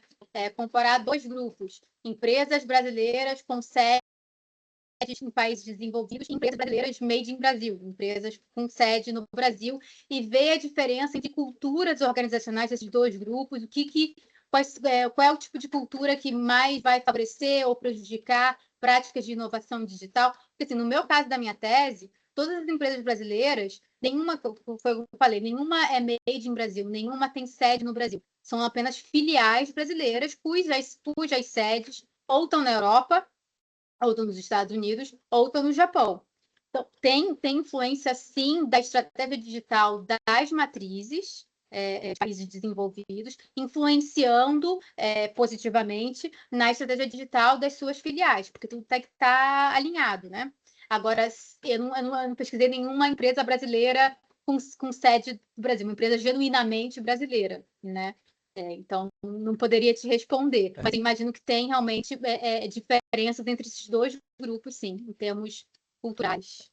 Porque assim, eu vejo muito, por exemplo, né, lá na Votorantim, aqui no Centro Técnico, a gente fala, poxa, mas lá na Lafarge Holcim eles fazem de outro jeito.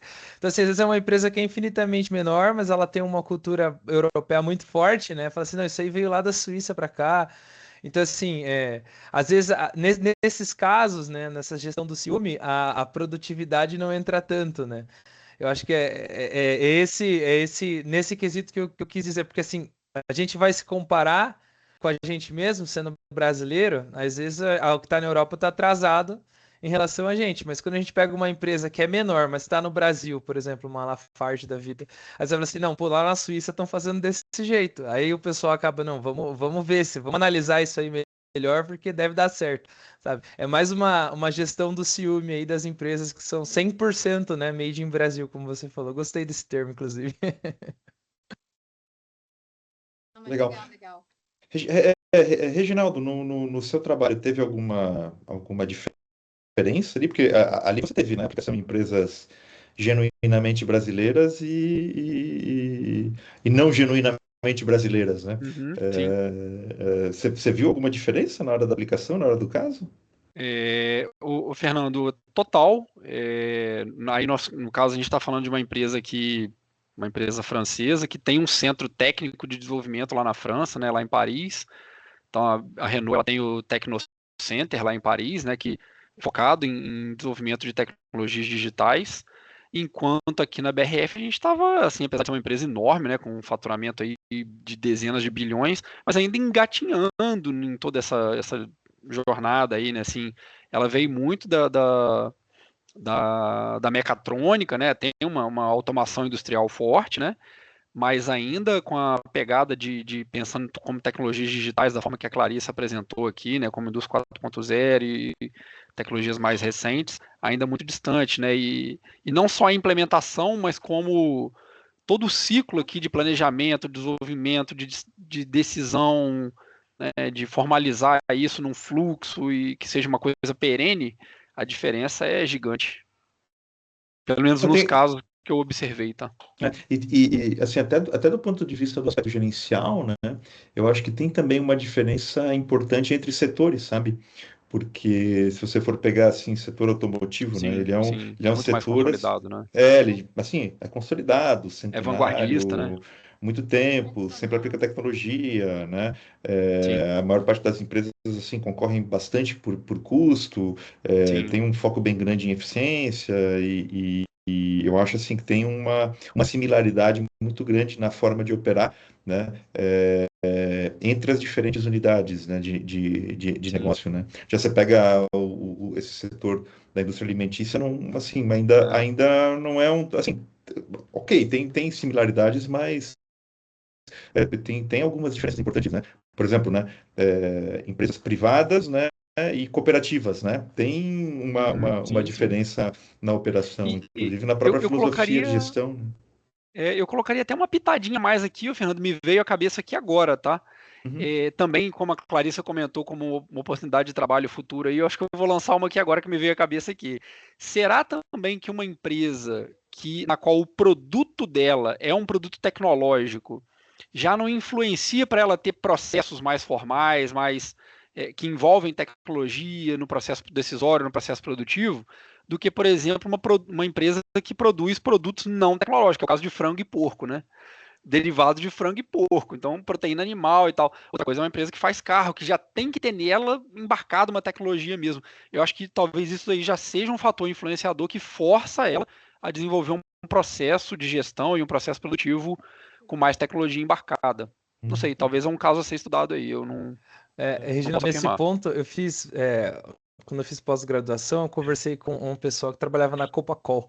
E aí ele falou o seguinte, ele falou assim, pode parecer que não é tecnológico, mas a quantidade de dinheiro que a gente investe em DNA não está escrito.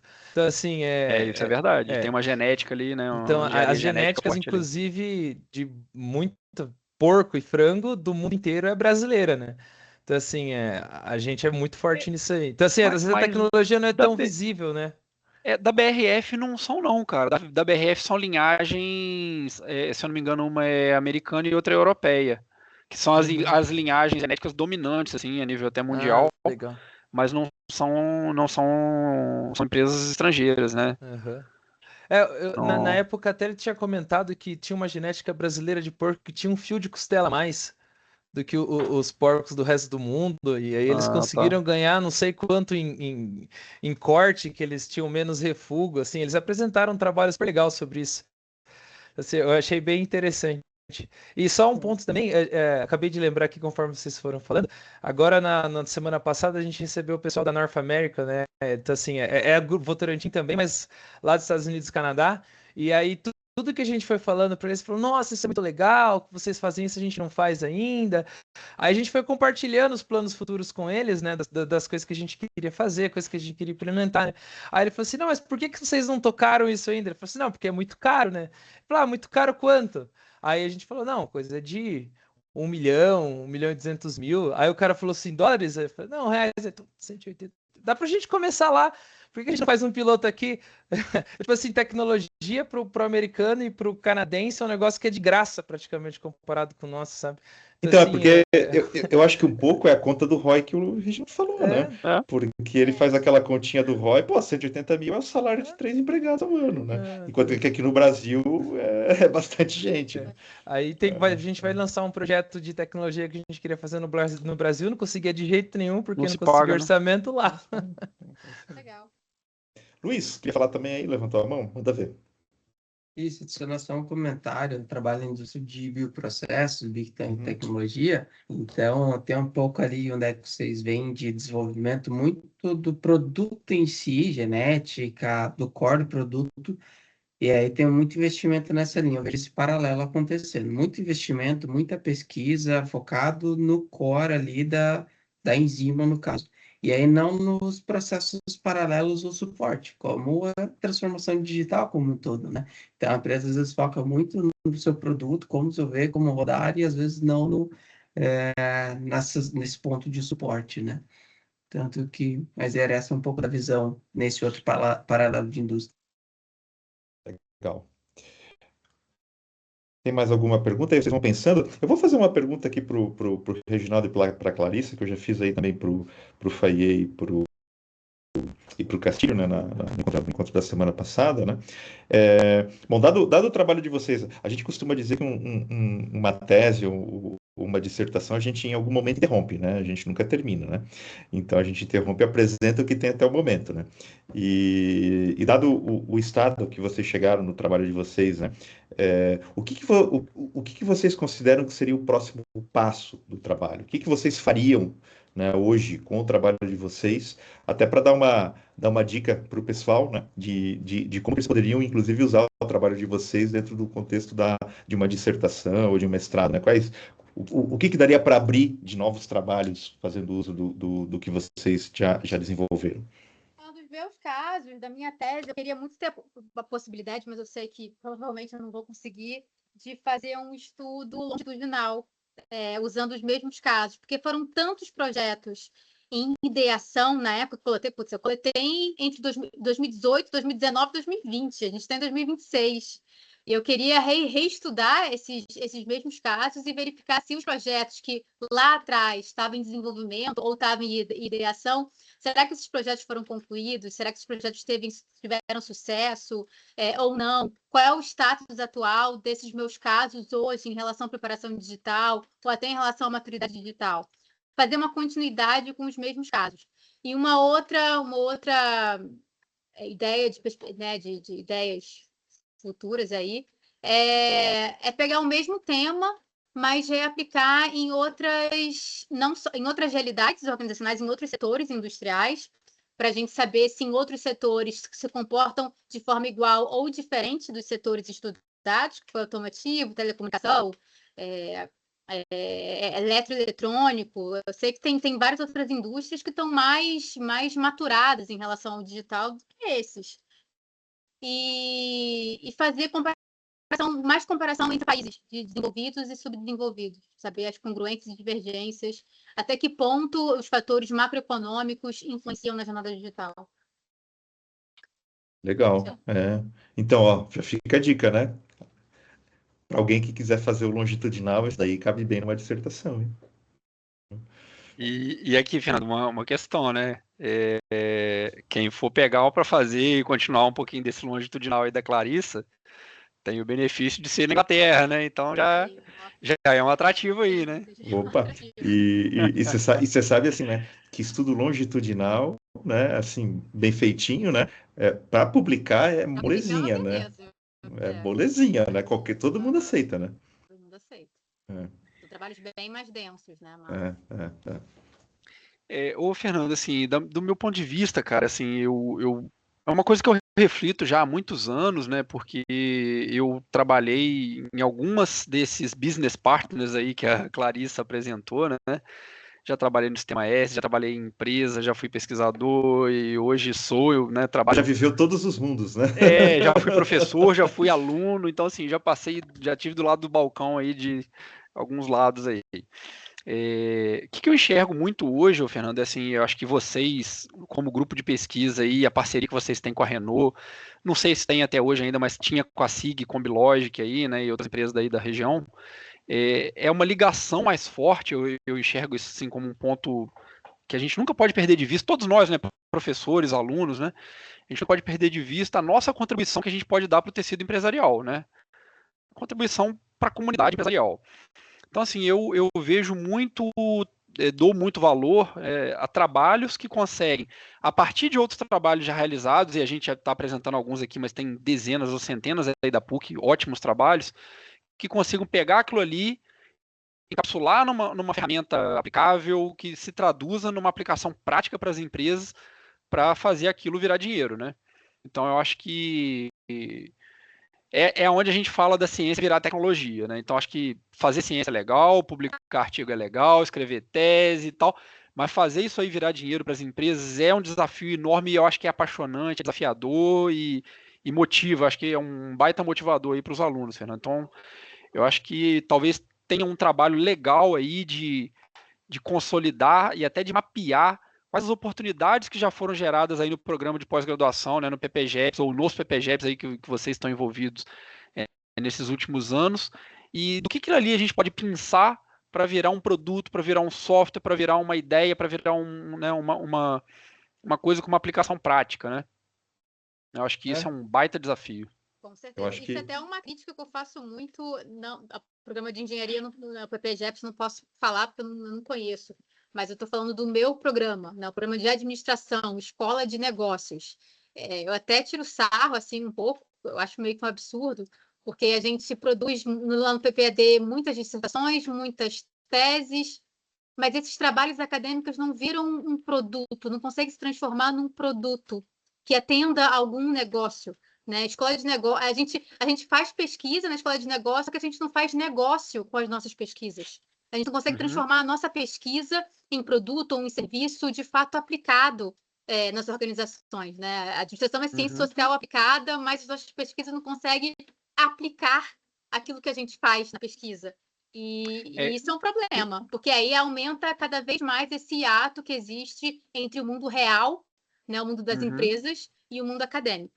E esse sua abordagem aí, Reginaldo, está caindo de maduro, né, para virar um software, né? Então, ela precisa ali de algum esforço ainda, Fernando, mas sim, eu entendo que no meu caso aqui, de muitos outros colegas aí, eu acho que sim. Acho que é um trabalho de uma continuidade aí, eu me coloco à disposição para contribuir nisso. E eu ia fazer um comentário, Clarice, eu acho que um pouco de um espírito aí que algumas empresas se notabilizaram no Brasil, mais especificamente a Boticário e a Ambev, em gerar spin-offs, né? Então, eles usam o processo de P&D deles para melhorar processo, aumentar a receita, reduzir custo, né? Melhorar a produtividade e tudo mais, mas mais do que isso, algumas delas é que eles pegam ali, dão uma pensada em algumas delas e geram um novo CNPJ, uma startup ali, que eles chamam de uma spin-off, né? Um novo modelo de negócio, e daqui a pouco, a partir daquilo ali, eles fazem aquela empresa crescer, prestar serviço e gerar novos produtos para outras empresas, né? Então, a Ambev e a Boticário fizeram isso muito bem no Brasil. Quem sabe isso aí pode ser uma boa provocação aqui, ô Fernando, para o FPR ou para a PUC, ter essa sede, assim, ter até um departamentozinho, ter algumas pessoas trabalhando em, cara, como pegar alguns trabalhos aqui e fazer isso aí virar um CNPJ, mesmo que pequenininho, começa pequeno, mas prestando serviço, gerando novos produtos. E eu sei que você, né, assim, não sei se posso falar abertamente, mas eu sei que você, né, participa efetivamente de um desses casos, né, junto com alguns ex-colegas nossos aí, né, mas que isso sirva, que isso seja um motor para de repente virem novas empresas, novos negócios aí a partir do muito conhecimento que já foi gerado aqui nos programas, né. Ótimo, excelente. Assim, muita gente aqui do mestrado profissional vai ter que fazer isso, né? Então, quando a gente está trabalhando no tem uma mestrado ideia de profissional, negócio. assim, não só de Legal. negócio, mas ter um produto, né? E que esse produto ele tenha algum tipo de registro, né? E que eventualmente lá para frente ele acabe gerando algum tipo de oportunidade de negócio, né? E só para complementar, Fernando, eu no meio da minha jornada profissional aí, que apesar de eu ser ainda, estou com 41 anos, mas ela já é uma jornada um pouco diversa aí, eu tive no Senai Cimatec, na Bahia, né, por um tempo. Hoje acho que o Senai Cimatec, acho que eu posso afirmar isso, talvez seja a maior instituição de ciência e tecnologia no Brasil, né, na área de engenharia, acho que disparado, eu posso dizer. E uma coisa que eles têm lá, que eles fazem muito bem, é um pouco disso que eu comentei, sabe? Todo o conhecimento que eles vão gerando lá, eles têm uma incubadora tecnológica lá, então eles recepcionam empresas, recepcionam ideias, fazem aquela ideia ali com fundos de investimento, com fundos reembolsáveis, não reembolsáveis, aquilo ali virar um negócio, e talvez isso possa ser uma boa prática para as universidades brasileiras, né, que ainda estão muito ainda na pegada do cientificismo, do academicismo, né, então fazer isso ali virar business, né, talvez seja uma boa aí as universidades terem ali algum braçozinho de incubadora, né, tecnológica, né, de uma base tecnológica ali. Eu sei que não é fácil o que eu estou falando, mas é uma Mas sempre ideia aí, é um desafio, né? É um desafio. E um desafio bom, né? Bom, com esse pensamento a gente vai encerrar por hoje, né? Já estamos no horário, né? Agradecer aí enormemente aí o Reginaldo, a Clarissa, né? Temos mais um encontro nessa nossa série, né? E aí eu preciso ainda organizar as gravações aqui e enviar para vocês, mas já estou preparando isso e na sequência devo fazer isso também, tá? De novo, muito obrigado, Clarissa, muito obrigado, Reginaldo, estamos à disposição aí também, né? E ficamos em contato, tá bom? Boa noite, pessoal, e até mais. Valeu, pessoal. Muito obrigado. Prazer, gente. Valeu, boa noite. Reginaldo, Larissa. Tchau, tchau. Um abraço, obrigado. Fico à disposição.